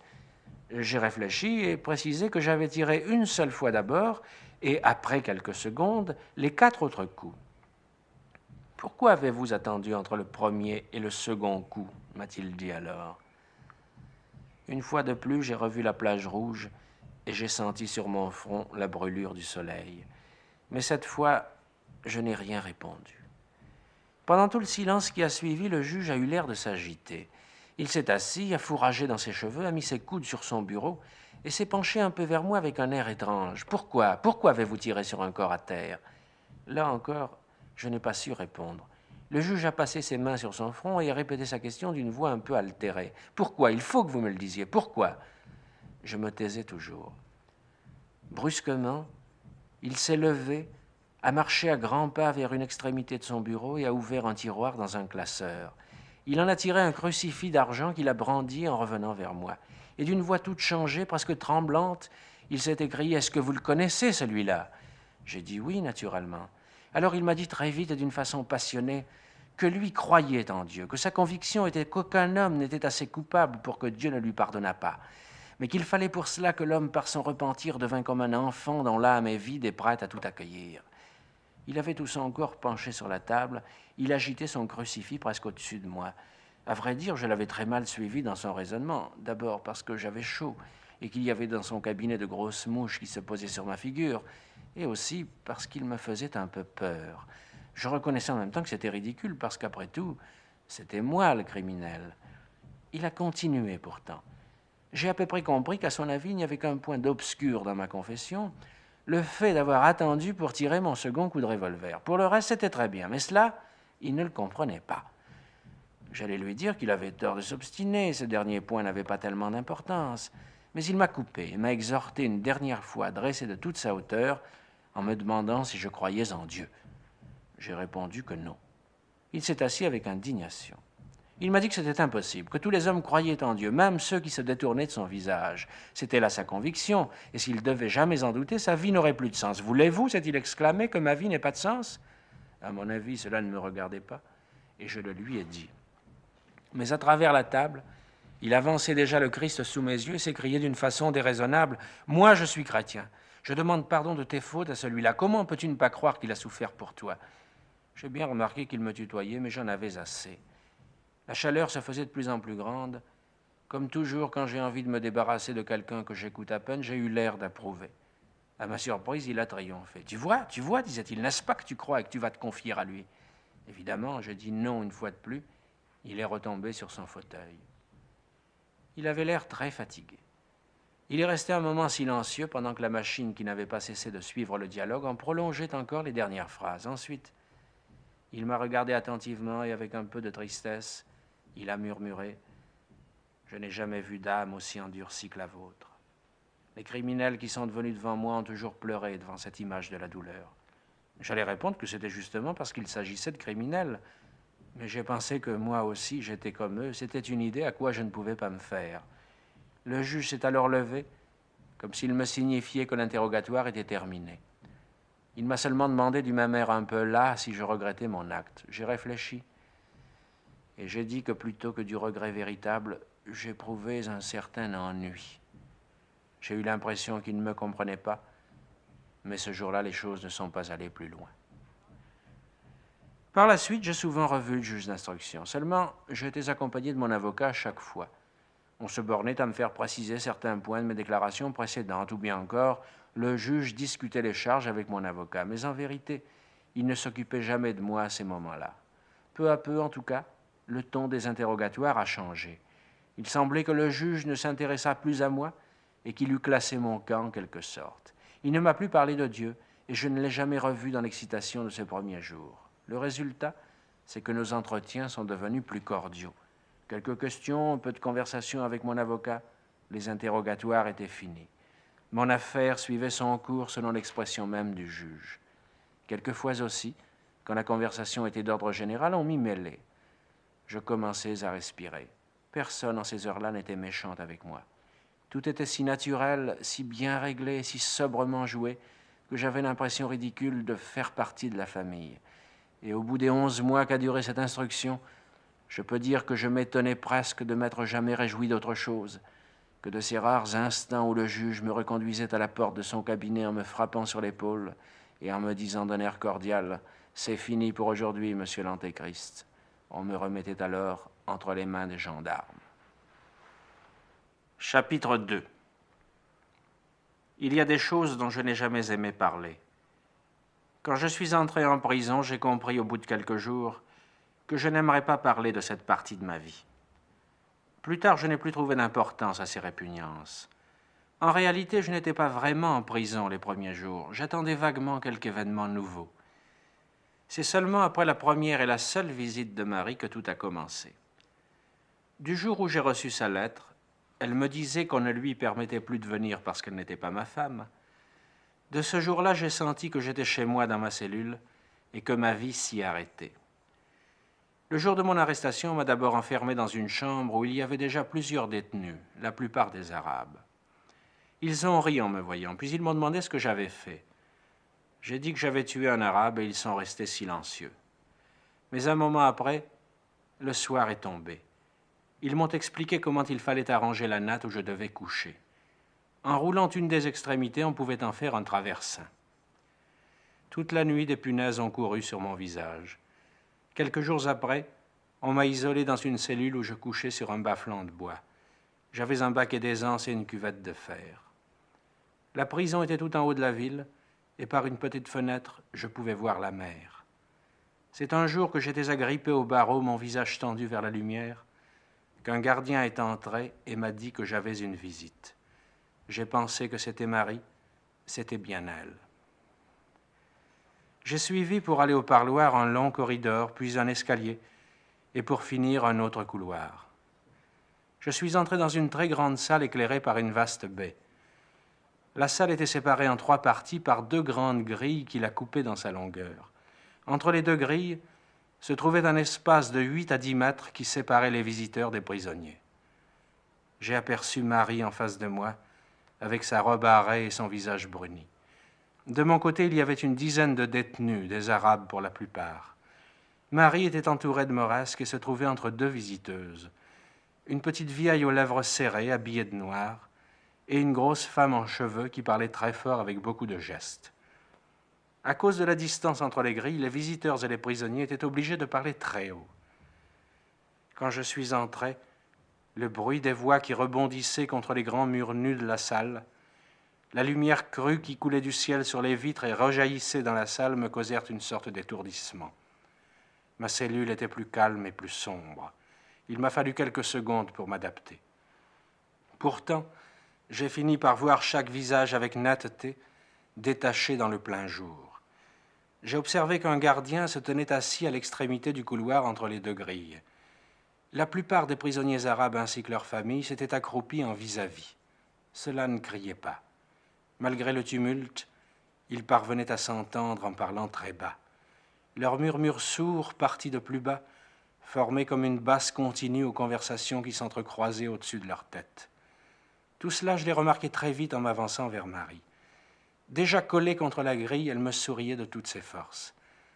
Je l'ai trouvée très belle, mais je n'ai pas su le lui dire. « Alors, m'a-t-elle dit très haut, alors voilà, tu es bien, tu as tout ce que tu veux ?»« Oui, tout. » Nous nous sommes tus, et Marie souriait toujours.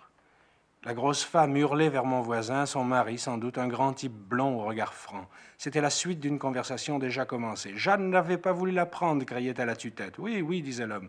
Je lui ai dit que tu le reprendrais en sortant, mais elle n'a pas voulu le prendre. » Marie a crié de son côté que Raymond me donnait le bonjour, et j'ai dit merci. Mais ma voix a été couverte par mon voisin qui a demandé s'il allait bien. Sa femme a ri en disant qu'il ne s'était jamais mieux porté. Mon voisin de gauche, un petit jeune homme aux mains fines, ne disait rien. J'ai remarqué qu'il était en face de la petite vieille et que tous les 2 se regardaient avec intensité. Mais je n'ai pas eu le temps de les observer plus longtemps parce que Marie m'a crié qu'il fallait espérer. J'ai dit oui. En même temps, je la regardais et j'avais envie de serrer son épaule par-dessus sa robe. J'avais envie de ce tissu fin et je ne savais pas très bien ce qu'il fallait espérer en dehors de lui. Mais c'était bien sans doute ce que Marie voulait dire parce qu'elle souriait toujours.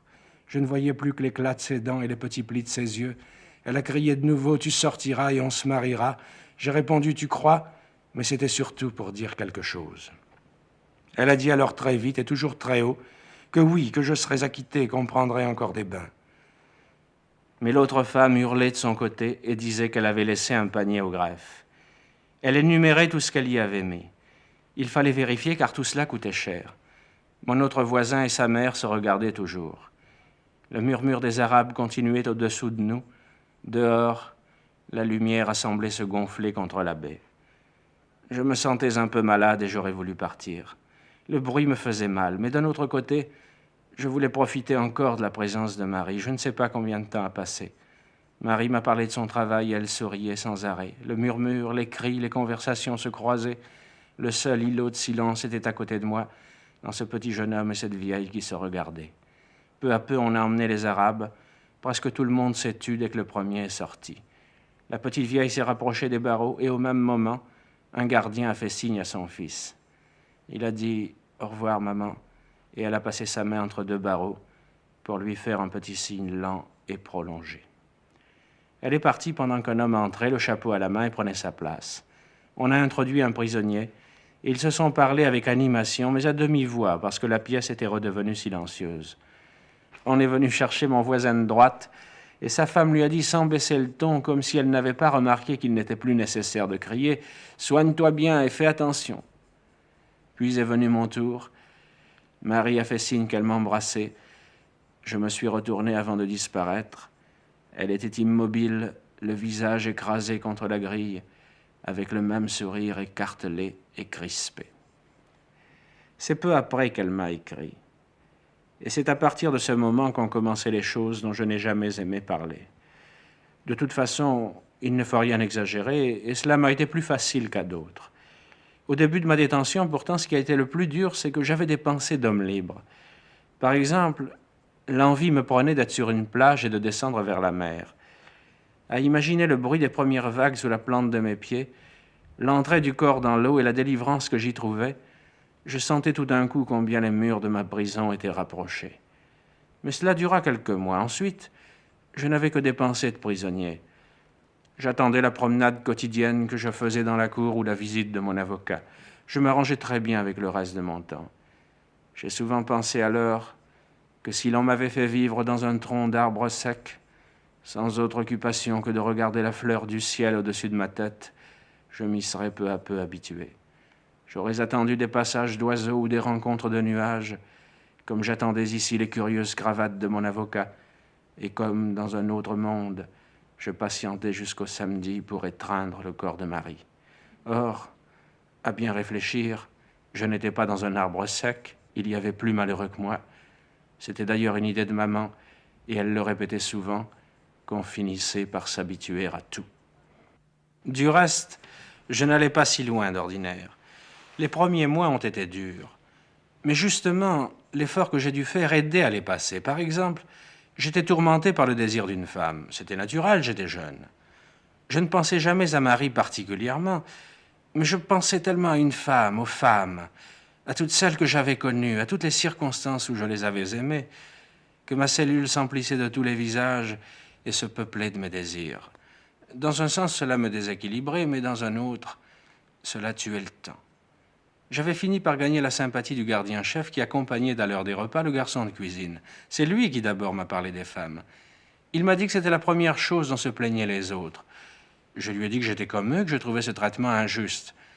Mais a-t-il dit, c'est justement pour ça qu'on vous met en prison. Comment pour ça? Mais oui, la liberté, c'est ça. On vous prive de la liberté. Je n'avais jamais pensé à cela. Je l'ai approuvé. C'est vrai, lui ai-je dit. Où serait la punition? Oui, vous comprenez les choses, vous, les autres non. Mais ils finissent par se soulager eux-mêmes. Le gardien est parti ensuite. Il y a eu aussi les cigarettes. Quand je suis entré en prison, on m'a pris ma ceinture, mes cordons de souliers, ma cravate et tout ce que je portais dans mes poches, mes cigarettes en particulier. Une fois en cellule, j'ai demandé qu'on me les rende, mais on m'a dit que c'était défendu. Les premiers jours ont été très durs. C'est peut-être cela qui m'a le plus abattu. Je suçais des morceaux de bois que j'arrachais de la planche de mon lit. Je promenais toute la journée une nausée perpétuelle. Je ne comprenais pas pourquoi on me privait de cela qui ne faisait de mal à personne. Plus tard, j'ai compris que cela faisait partie aussi de la punition. Mais à ce moment-là, je m'étais habitué à ne plus fumer, et cette punition n'en était plus une pour moi. À part ces ennuis, je n'étais pas trop malheureux. Toute la question, encore une fois, était de tuer le temps. J'ai fini par ne plus m'ennuyer du tout à partir de l'instant où j'ai appris à me souvenir. Je me mettais quelquefois à penser à ma chambre, et en imagination, je partais d'un coin pour y revenir en dénombrant mentalement tout ce qui se trouvait sur mon chemin. Au début, c'était vite fait, mais chaque fois que je recommençais, c'était un peu plus long, car je me souvenais de chaque meuble et pour chacun d'entre eux, de chaque objet qui s'y trouvait, et pour chaque objet, de tous les détails, et pour les détails eux-mêmes, une incrustation, une fêlure ou un bord ébréché, de leur couleur ou de leur grain. En même temps, j'essayais de ne pas perdre le fil de mon inventaire, de faire une énumération complète, si bien qu'au bout de quelques semaines, je pouvais passer des heures rien qu'à dénombrer ce qui se trouvait dans ma chambre. Ainsi, plus je réfléchissais, et plus de choses méconnues et oubliées je sortais de ma mémoire. J'ai compris alors qu'un homme qui n'aurait vécu qu'un seul jour pourrait sans peine vivre 100 ans dans une prison.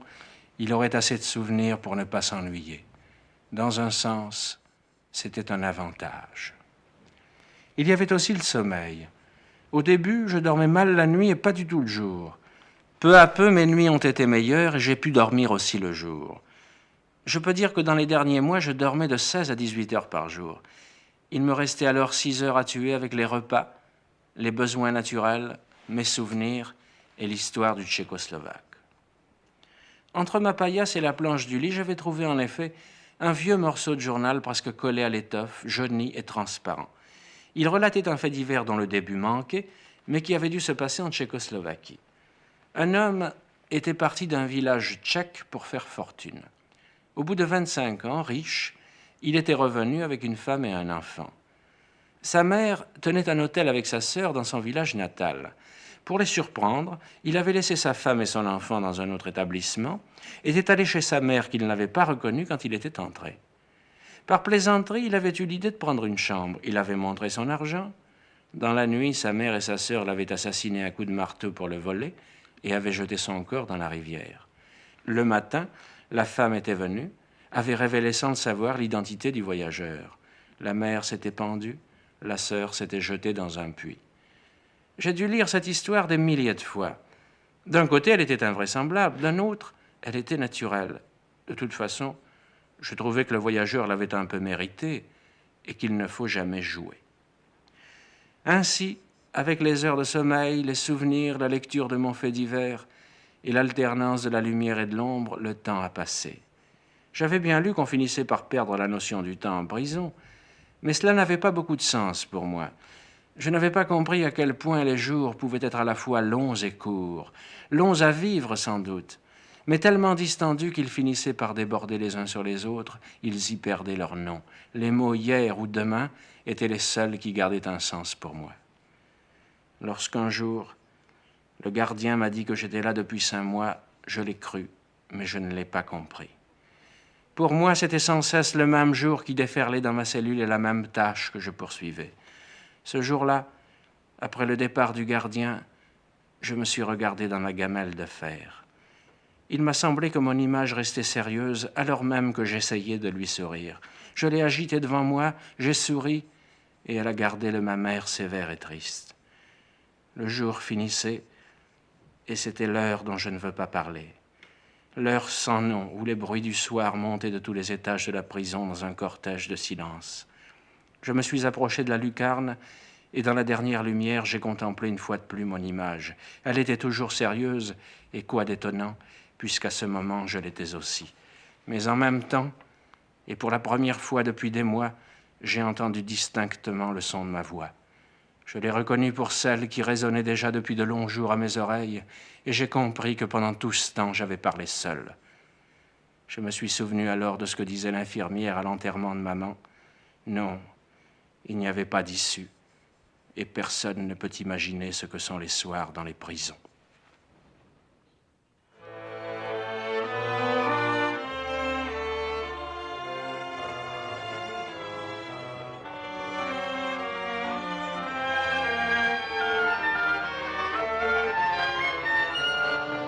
La radiodiffusion française vient de vous présenter une production du Club d'essai, Lecture du soir, consacrée aujourd'hui au roman d'Albert Camus, L'étranger, lu par l'auteur.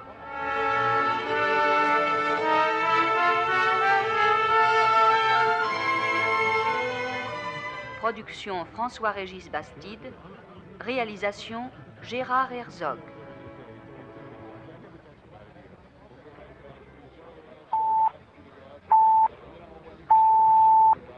Pour communiquer avec l'Église de VALIS ou pour envoyer vos dons par chèque ou mandat poste, faites le www.cibl.cam.org ou par la poste CIBL aux soins de l'Église de VALIS, 1691 boulevard P9, Montréal, Québec, H1V 2C3. Merci.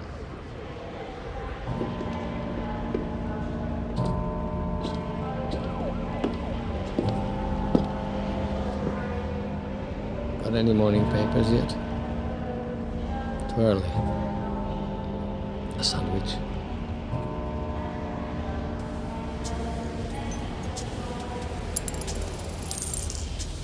Thanks.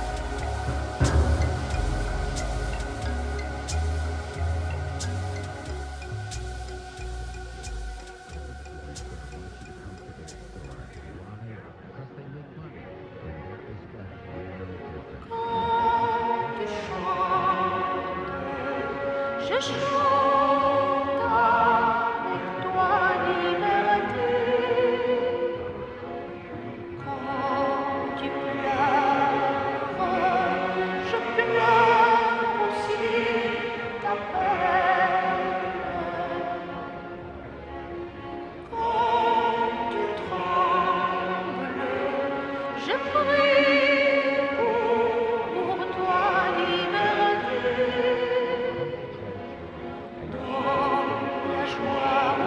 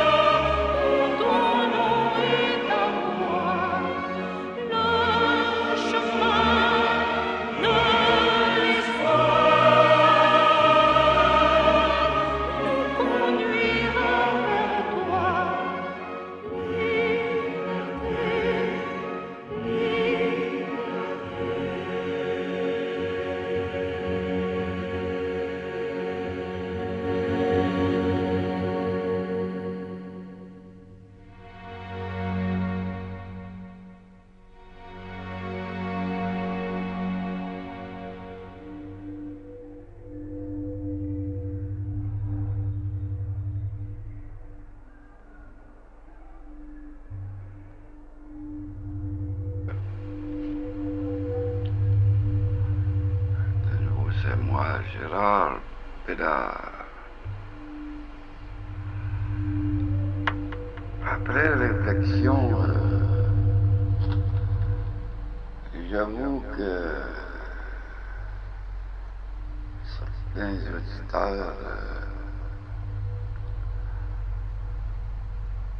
à l'écoute de mes cassettes précédentes ont dû sûrement se dire, mais ça laisse à désirer. Bah, comme voulez-vous, tout s'apprend et souvent j'enregistrais le sample en match. Là.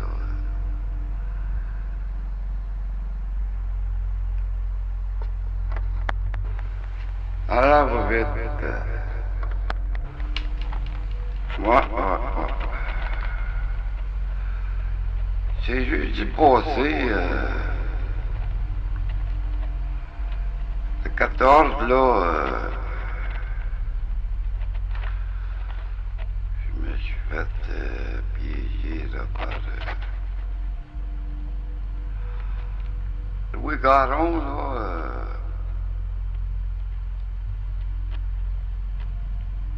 chauffeur, au jeu, j'ai rien à leur reprocher avec son chum Michel.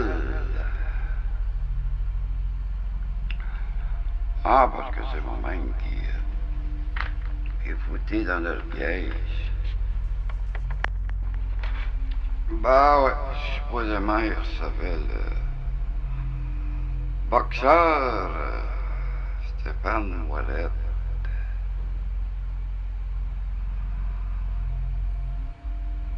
Et puis, M. Garon, là, a appelé les auditeurs, a appelé ceux qui désiraient parler à M. Ouellet.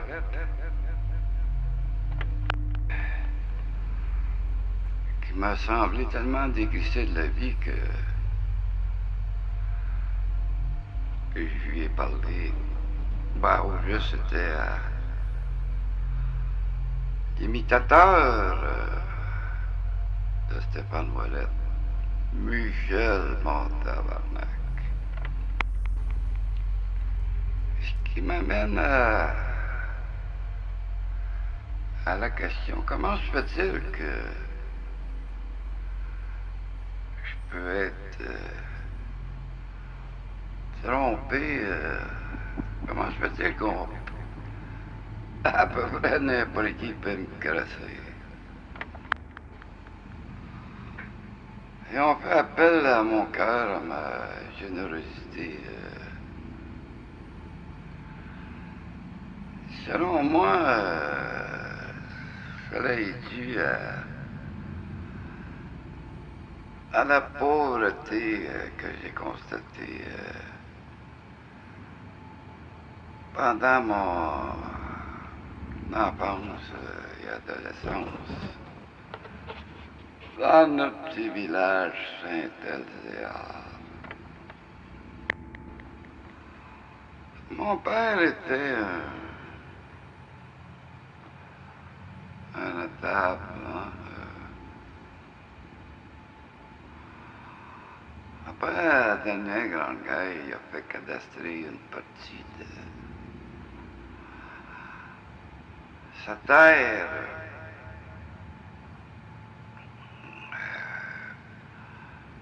pour y vendre des terrains afin que des gens puissent se bâtir.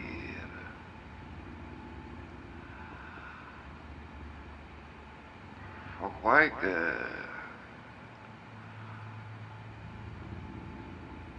une partie du trop-plein, là, Montréal, s'est soudainement déversé, là, sur la rive nord, dans la ville de Laval. L'île de Jésus dans le temps.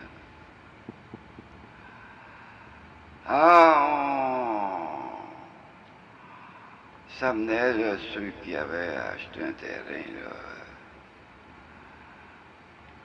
parfois avec de vieilles planches, là, puis,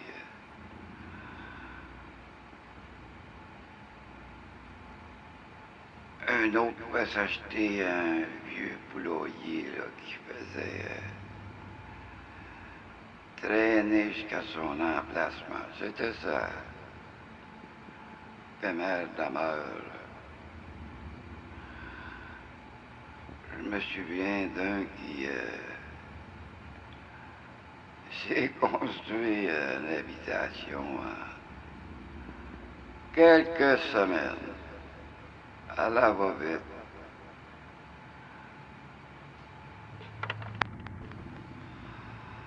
Mon père était dur en affaires.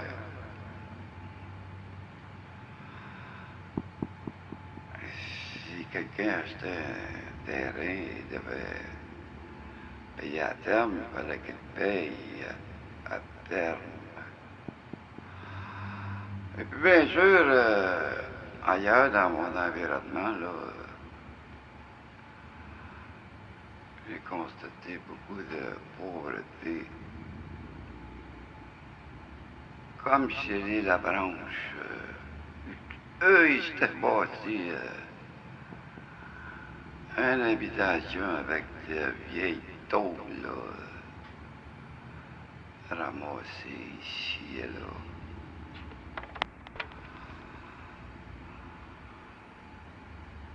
Il y en a un qui s'est même construit une habitation avec des caisses vides de munitions. Il avait ramassé quelque part. À une partie des gens dans le besoin, là, volaient là, des épis de maïs, des pommes de terre. Sur la ferme de mon père, chez d'autres cultivateurs. Bon, on criait contre les pauvres. On gueulait. Ce qui me révoltait,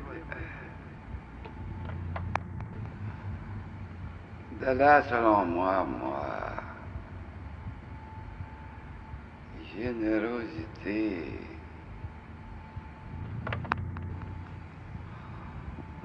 Je me souviens un jour, en allant chercher nos vaches, j'ai rencontré dans notre chemin, là, notre voisin cultivateur, en embuscade avec une carabine de calibre 303, près d'un sentier qu'empruntaient les gens là, qui déplaçaient de champ en champ là, pour voler là, différents légumes et fruits.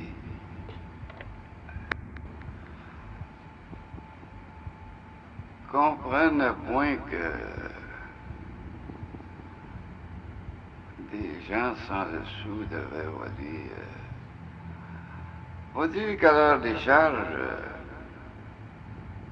un cultivateur gagne durement son argent. En tout cas, les deux maudits crosseurs CIBL n'ont pas à s'inquiéter.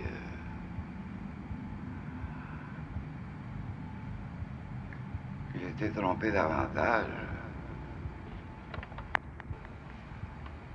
Les maudits cochons libéraux avec m'a envoyé n'importe qui. Je croyais sur parole. Ayant une tête de cochon, je n'ai pas l'intention de changer. C'est ainsi qu'il faut agir.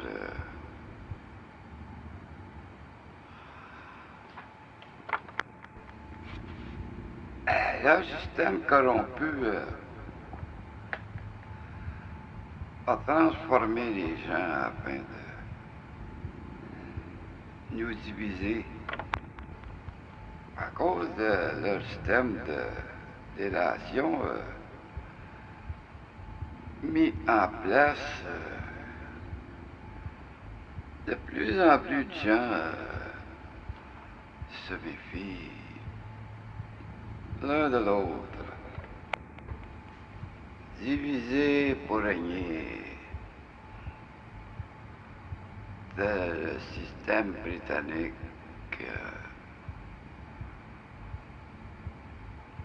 au Québec. Mais on est à la veille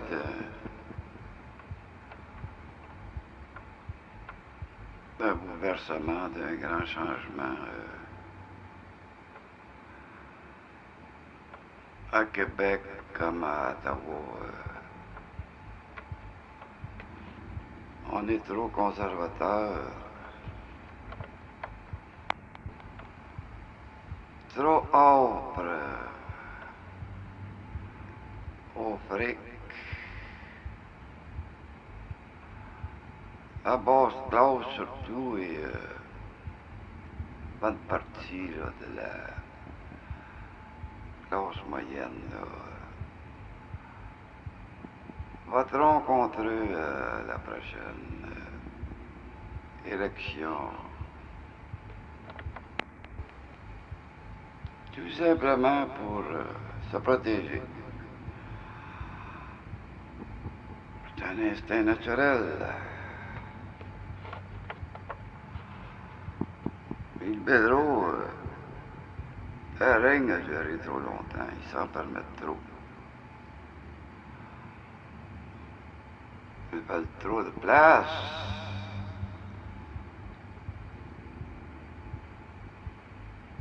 Trop d'argent.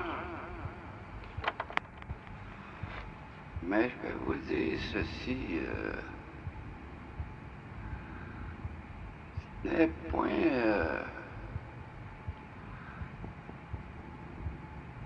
d'être trompé qui est le plus difficile à accepter. Mais c'est qu'on piétine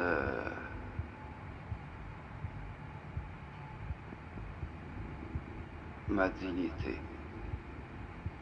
Ça prend énormément de temps à accepter, à s'habituer. Je vais vous donner un exemple.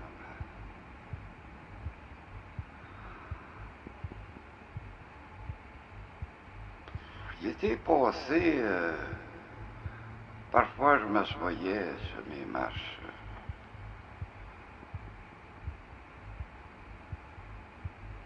À l'extérieur, près du trottoir. J'avais constaté que, surtout les jeunes filles, en passant devant moi, accéléraient. Même une jeune, moi je les appelle hindous, là, descendance de l'Inde, là, courait en passant devant moi. Moi, je parlais avec quiconque, là, passait devant moi, là, un peu. Même aux jeunes. J'ai fini par constater que quand je parlais à un jeune, une dame, une salope demeurant directement en face de ma demeure, allait parler aux parents du jeune ou de la jeune. J'avais pris l'habitude de jaser avec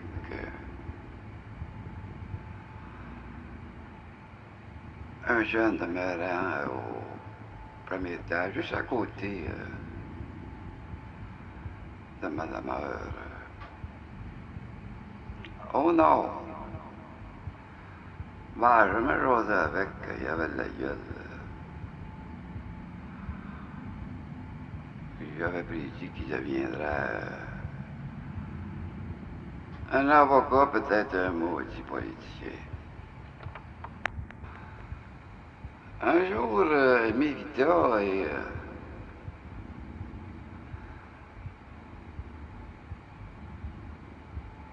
rejoignit sa demeure. Pour ressortir un peu plus tard pour me dire ma mère veut pas que je te parle. J'avais vu ma salope d'en face aller parler à ses parents.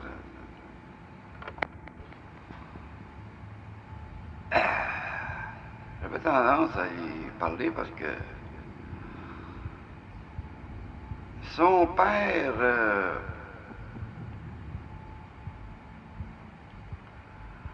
était le fils d'un individu avec lequel j'avais fait du bénévolat à Pointe-Saint-Charles, à partage du ville.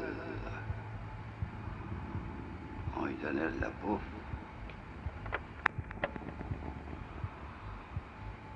Bien sûr, depuis ma sortie de pénitentiaire en 92, forcément, en train de me renseigner sur le milieu politique dans lequel je suis pris et afin de m'en sortir, j'ai énormément lu. J'ai constaté que, afin de maintenir les francophones canadiens là, dans leur infériorité, on piétine constamment notre dignité. Mais bien sûr, à l'exception de la maudite gang corrompue. Eux, ils méritent le respect, hein? En plus de la méfiance, on répand beaucoup de peur au Québec. Plusieurs gens ont dû le constater. Mais nous, francophones, on doit se battre. La puissance de gens piétinés est surprenante. Je me souviens, moi, dans différents pénitenciers, on me faisait battre avec d'autres bagnards et révoltés. Je sortais gagnant.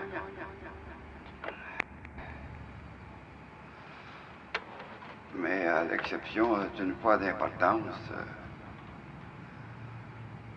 pénitencier de Dorchester, au Nouveau-Brunswick. Ils ont réussi à me faire donner un coup de couteau par derrière, dans le flanc droit. Je n'avais pas été assez méfiant. Les autorités pénitentiaires ou comme détenu, comme je l'ai été,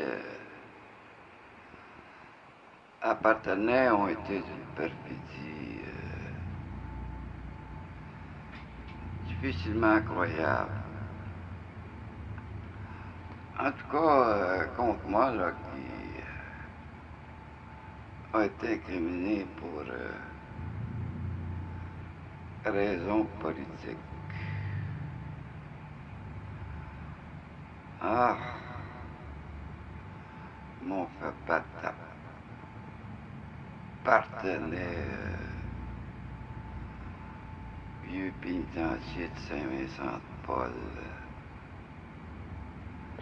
etc. Parfois, un collabo, il a la demande le gardien, là, me cherchait, là, des puces, faisait choquer.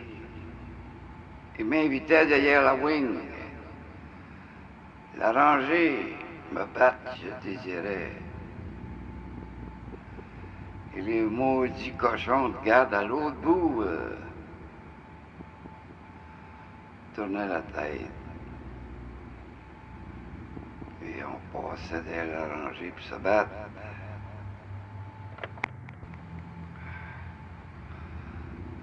Derrière les rangées, en tout cas dans ce bloc 1 et 2, là, où j'ai résidé, là, il y avait un couloir, un passage isolé dans le fond. C'était pour permettre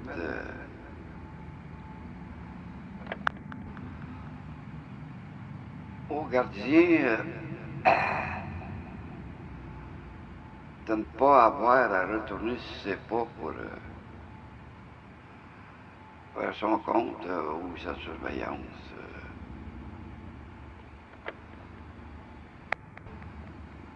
Pour la rangée voisine, tout à côté, les 7 blocs étaient composés là, de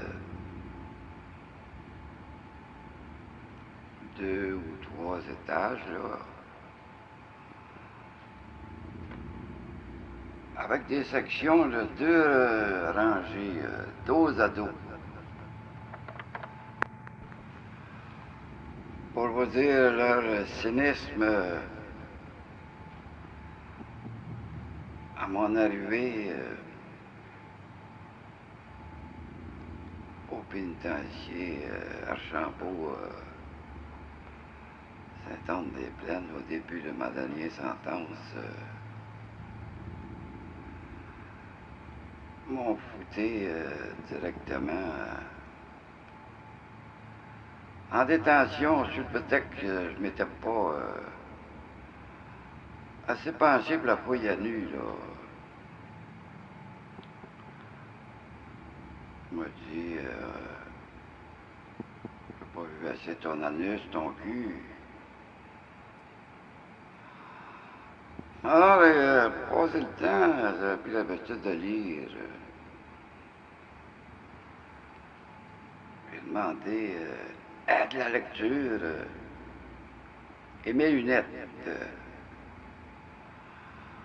Le gardien m'a immédiatement fouté dans sa poubelle. Quelque temps plus tard, après que M. Bernheim lui a envoyé un avocat de France afin de me protéger, ils ont fait pénétrer dans ma cellule un Indien me battre m'a donné comme prétexte que je le réveillais trop souvent en cognant sur le mur, ce qui était faux, bien sûr.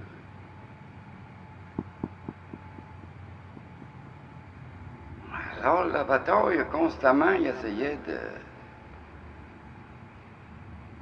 ses doigts, ses ongles, me grappiner un œil.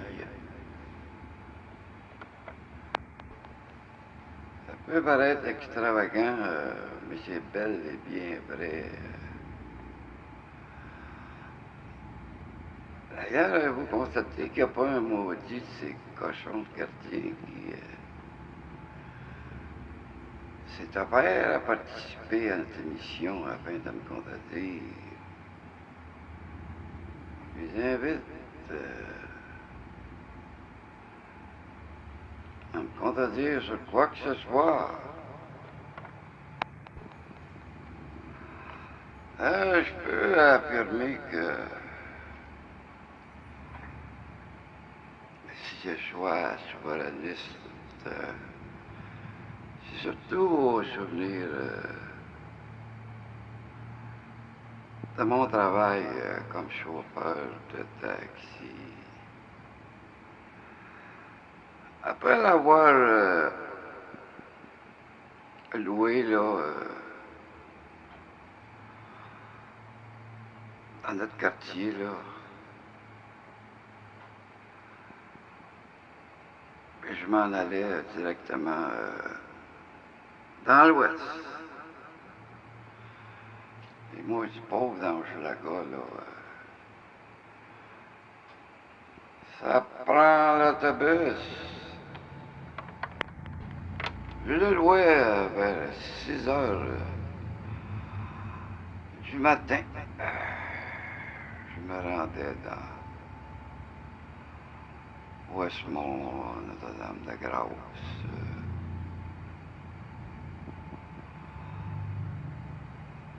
Et vers 9h, 10h, je cruisais dans le secteur financier, là. De Saint-Jacques, là, Empire et Saint-Laurent. C'est là que l'argent était, hein, chez les riches.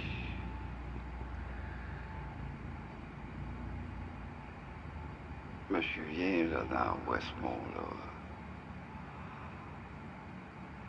des rangées d'habitations, là, de valeur de plus d'1 million de dollars.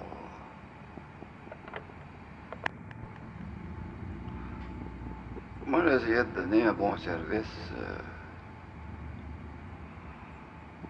d'être vite.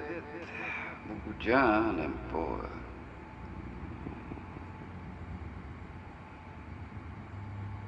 Ils sont pressés. Ben, je connaissais un peu la ville quand j'ai commencé à travailler sur le taxi. J'étais toujours des pénitenciers auparavant. Alors, je me souviens des mots du juif, là. Quand trop type, là, me trompait de rue, là. Il me disait, là, on fait un petit détour. Hein, il me laissait savoir que j'allongeais le trajet pour faire plus de briques. J'aurais arrêté le compteur, là. Il était alors bien content, les juifs. Je me souviens, un matin, en ayant pris un à bord de mon taxi,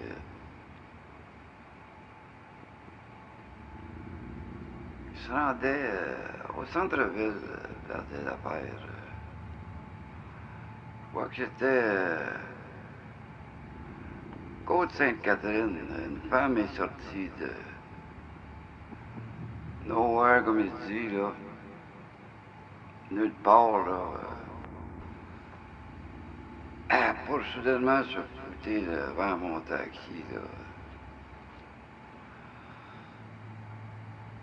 Je m'étais momentanément détourné la tête parce qu'il m'engueulait. Heureusement qu'il a crié « Stop !» Sans ça, je l'aurais frappé. Ouais, au Québec, on vit l'illusion du bonheur.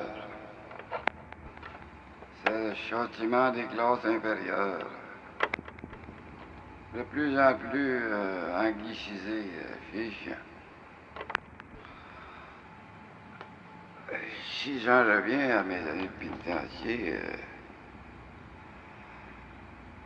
le plus dégueu, c'est que, entre autres, on a tenté de m'éliminer en mettant du poison dans une boîte grossette peanut en ségrégation au pénitencier de Maryland en Ontario. Vous croyez pas ça? Demandez ça à Dan Boudria, là, le bras droit de chrétien, là.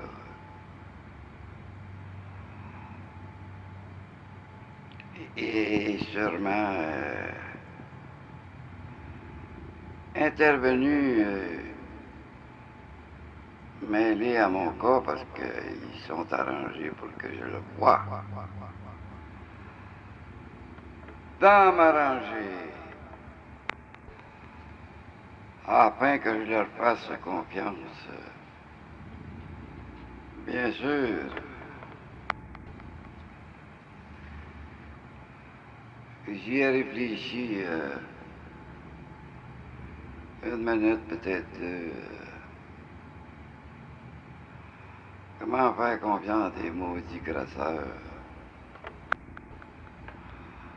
C'est lâche, ça, madame.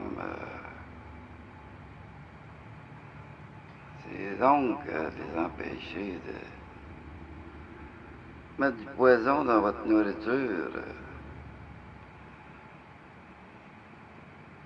Surtout chez l'individu vit seul. Et bien connu depuis pas longtemps qu'ils ont leur service les meilleurs serruriers. À mon arrivée dans Hochelaga, même avant de déménager mes guenilles, j'ai changé la serrure la plus sécuritaire, là, une serrure à peine. Là. Chez un serrurier, c'est Notre-Dame, dans l'ouest, près de ma demeure, dans Pointe-Saint-Charles. Ils ont ri de moi une semaine après, il avait fait faire une clé. Au juste, le serrurier, j'avais fait modifier ma clé. Lui, il sort le baril, puis il change les cylindres, ce qui lui permet de modifier les dents de votre clé. Ce qui m'étonne, moi, présentement, là, en lisant et écoutant des médias, la capacité de tricherie de Popol à Ottawa continue à nous mentir. Chaque Canadien, Canadienne, Je suis furieux. Je suis outré d'apprendre cela. Voyons, papa, il faut avouer, état demi, pardonnez, faut pas les prendre pour des gaves.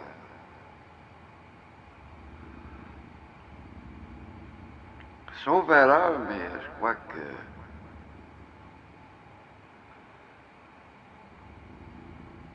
c'est de l'auteur Peter Newman. J'ai lu dans un de ses livres que son père, Paul Martin, là, avait été ministre des Finances à Ottawa. Il a introduit son fils, notre actuel premier ministre, dans le ministère des Finances. Il était chargé de la magouille.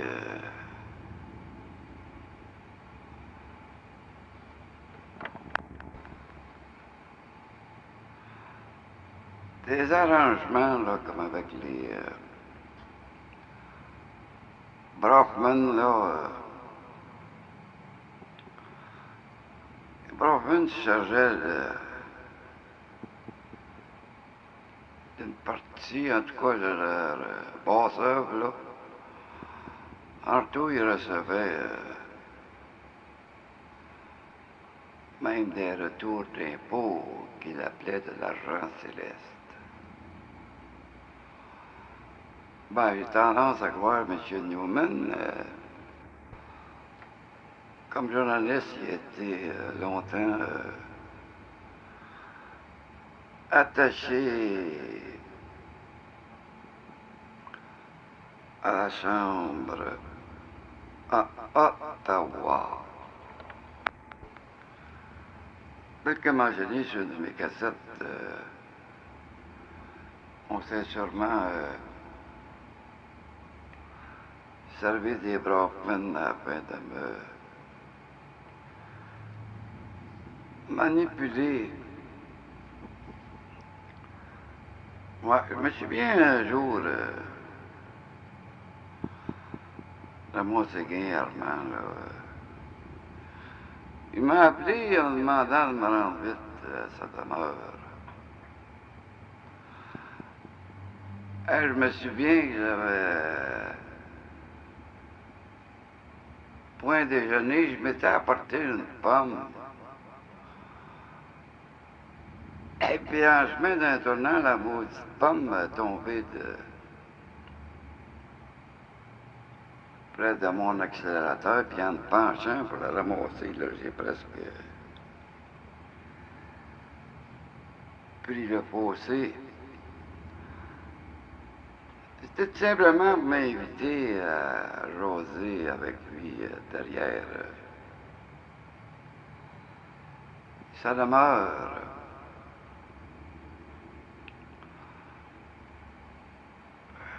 C'est lors d'une conversation-là qu'il m'a dit qu'il rendait des services au Brockman. Il m'avait renseigné un peu afin de m'inciter à rejoindre le rang, d'être conscient que j'avais été manipulé pour raisons politiques. Et puis il disait, bien sûr, ayant été incriminé, que je continue à participer à leur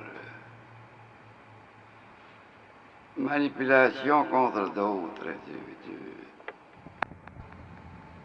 Ce qui m'a fait réfléchir, bien sûr, mon père m'avait appris à voir la trahison en horreur. C'est à partir de cette conversation que j'ai commencé à prendre mes distances avec lui. Surtout que j'avais compris qu'on me réservait là, tout un cheminement encore plus explosif, c'est le cas de dire. Mentionné sur une de mes cassettes, j'avais compris qu'on m'enverrait déposer des explosifs dans un casier à la gare centrale. Souvenez-vous quand je vous ai dit quand même si je refusais de participer à une action, tôt ou tard, l'action avait lieu tout de même. Ça, c'est sûrement en provenance de la GRC, qui avait un plan général d'action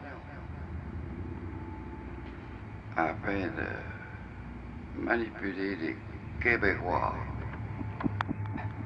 Mon souvenir de ces années que je trouve dégueu aussi, c'est que constamment, on m'incitait à m'attaquer aux caisses populaires des jardins. D'abord, mon père a été l'un des fondateurs de la Caisse populaire de Saint-Elzéar. Et puis c'est bien connu, hein, les caisses populaires là, étaient alliées là, à l'Église, là, aux francophones.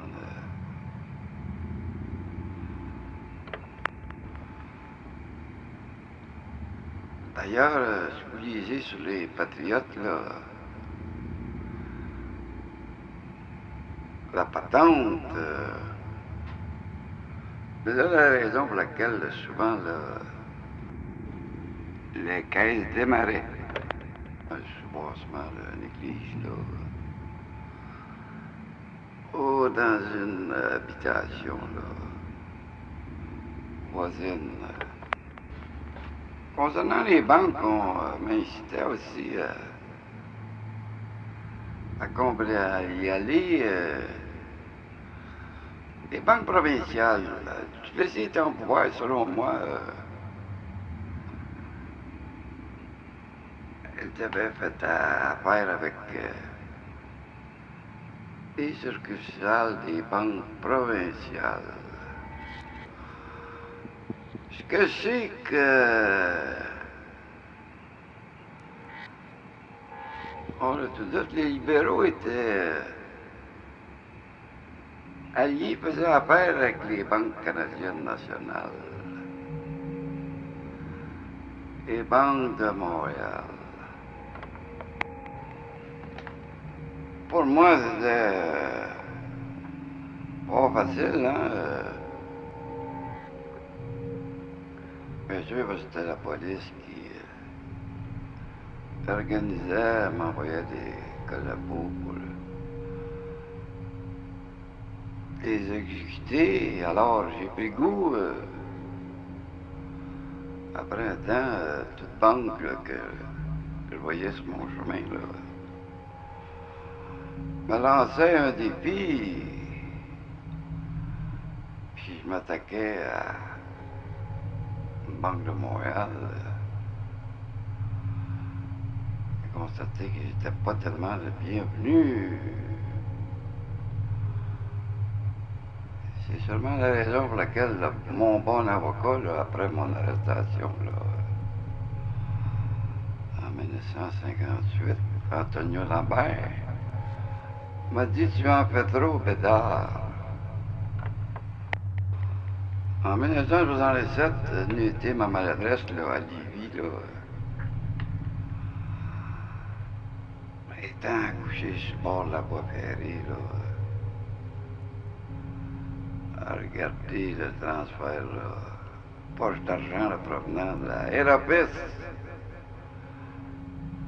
des caisses populaires des jardins, là. On l'aurait réussi, le vol. L'envoi par train de la caisse populaire des jardins. Supposément que parfois, là, la somme pouvait être énorme. Parfois assez minime. Encore une fois, le cambriolage du wagon contenant leur argent, là, a eu lieu à son arrêt à Drummondville. Croyez-vous que Papa l'ignore cela? Lui qui est depuis longtemps dans la magouille à Ottawa. Voyez-vous ça, vous, que tout l'argent qu'ils nous ont suturé avait pour but unique de combattre le maudit séparatisme au Québec. Ah oui, bien sûr, mais c'est pesant l'argent transfert d'une main à l'autre. Faut que ça se paye. Ah, l'histoire se répète. Quand un gouvernement devient trop corrompu, les gens pour leur sécurité, là, les détrônent.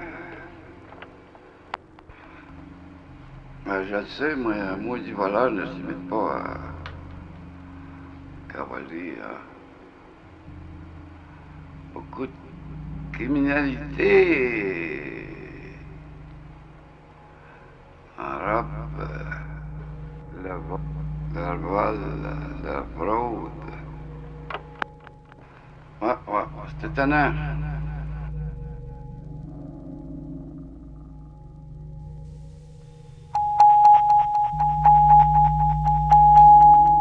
Pour communiquer avec l'Église de VALIS ou pour envoyer vos dons par chèque ou mandat poste, faites le www.cibl.cam.org ou par la poste CIBL aux soins de l'Église de VALIS, 1691 boulevard Pineuf, Montréal, Québec, H1V 2C3. Merci.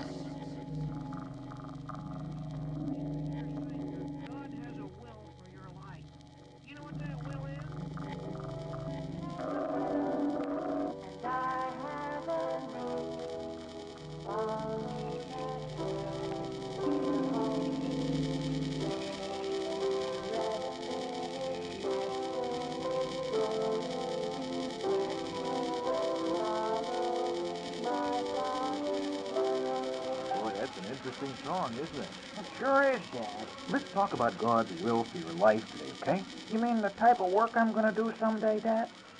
Tim, is that what you think I mean when I say God's will for your life? Yeah, sure.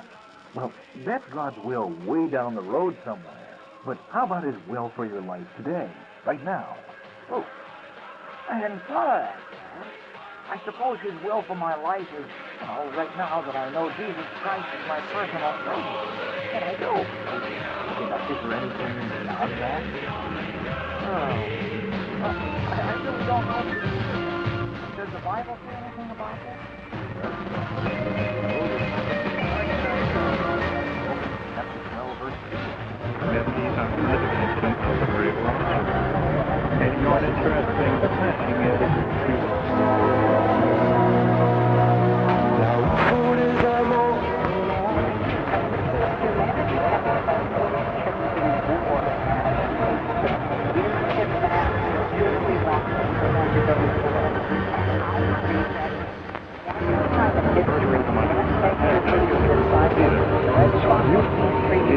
Well, it did, yes. that's all that existed around me. It was like I lost my sense of reality, and all I could see were eyes. It was very intimidating. Of course, the eyes were just looking straight at me. And so what are you going to do at that time? You just stare back, hope for the best, right? How'd you get out of it? Well, anyway, it appears as though that this energy or this spirit, all these eyes was owned by this gray water being, right? Well, I looked at these and they were all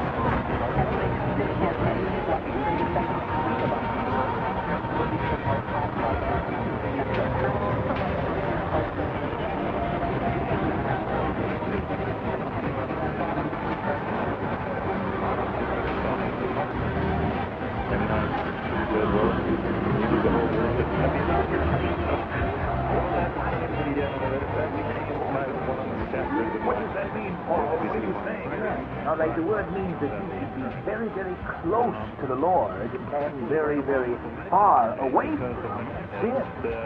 That's interesting. That's how God wants us to live. That can tell you exactly what God said. As you know, brothers and sisters, here in Thessalonica, there's a lot of it's a terrible place to bring up children here. Therefore, the Lord said you as Christians should live a holy life. Have absolutely nothing to do with sexual immorality. The Lord said you are to learn to control your own body in a way that is holy and honorable. That's what it means to be holy. Separated unto God and separated from sin. Oh, Dad, I can show I do that. I mean, you should see some of the dirty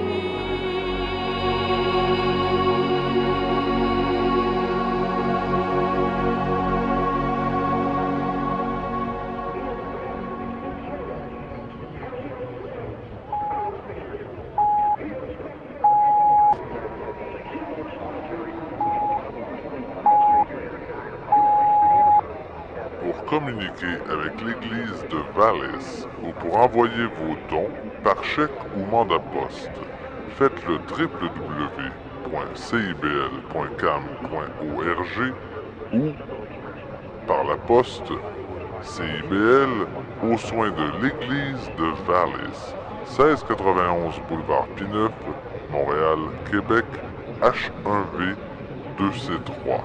Merci.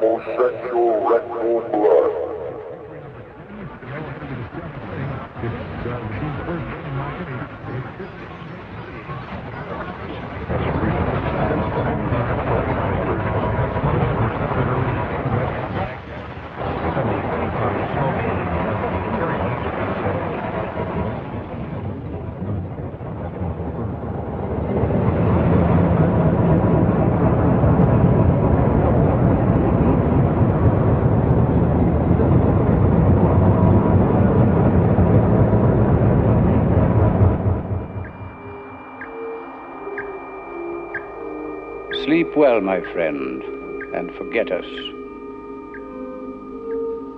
Tomorrow you will wake up a new man.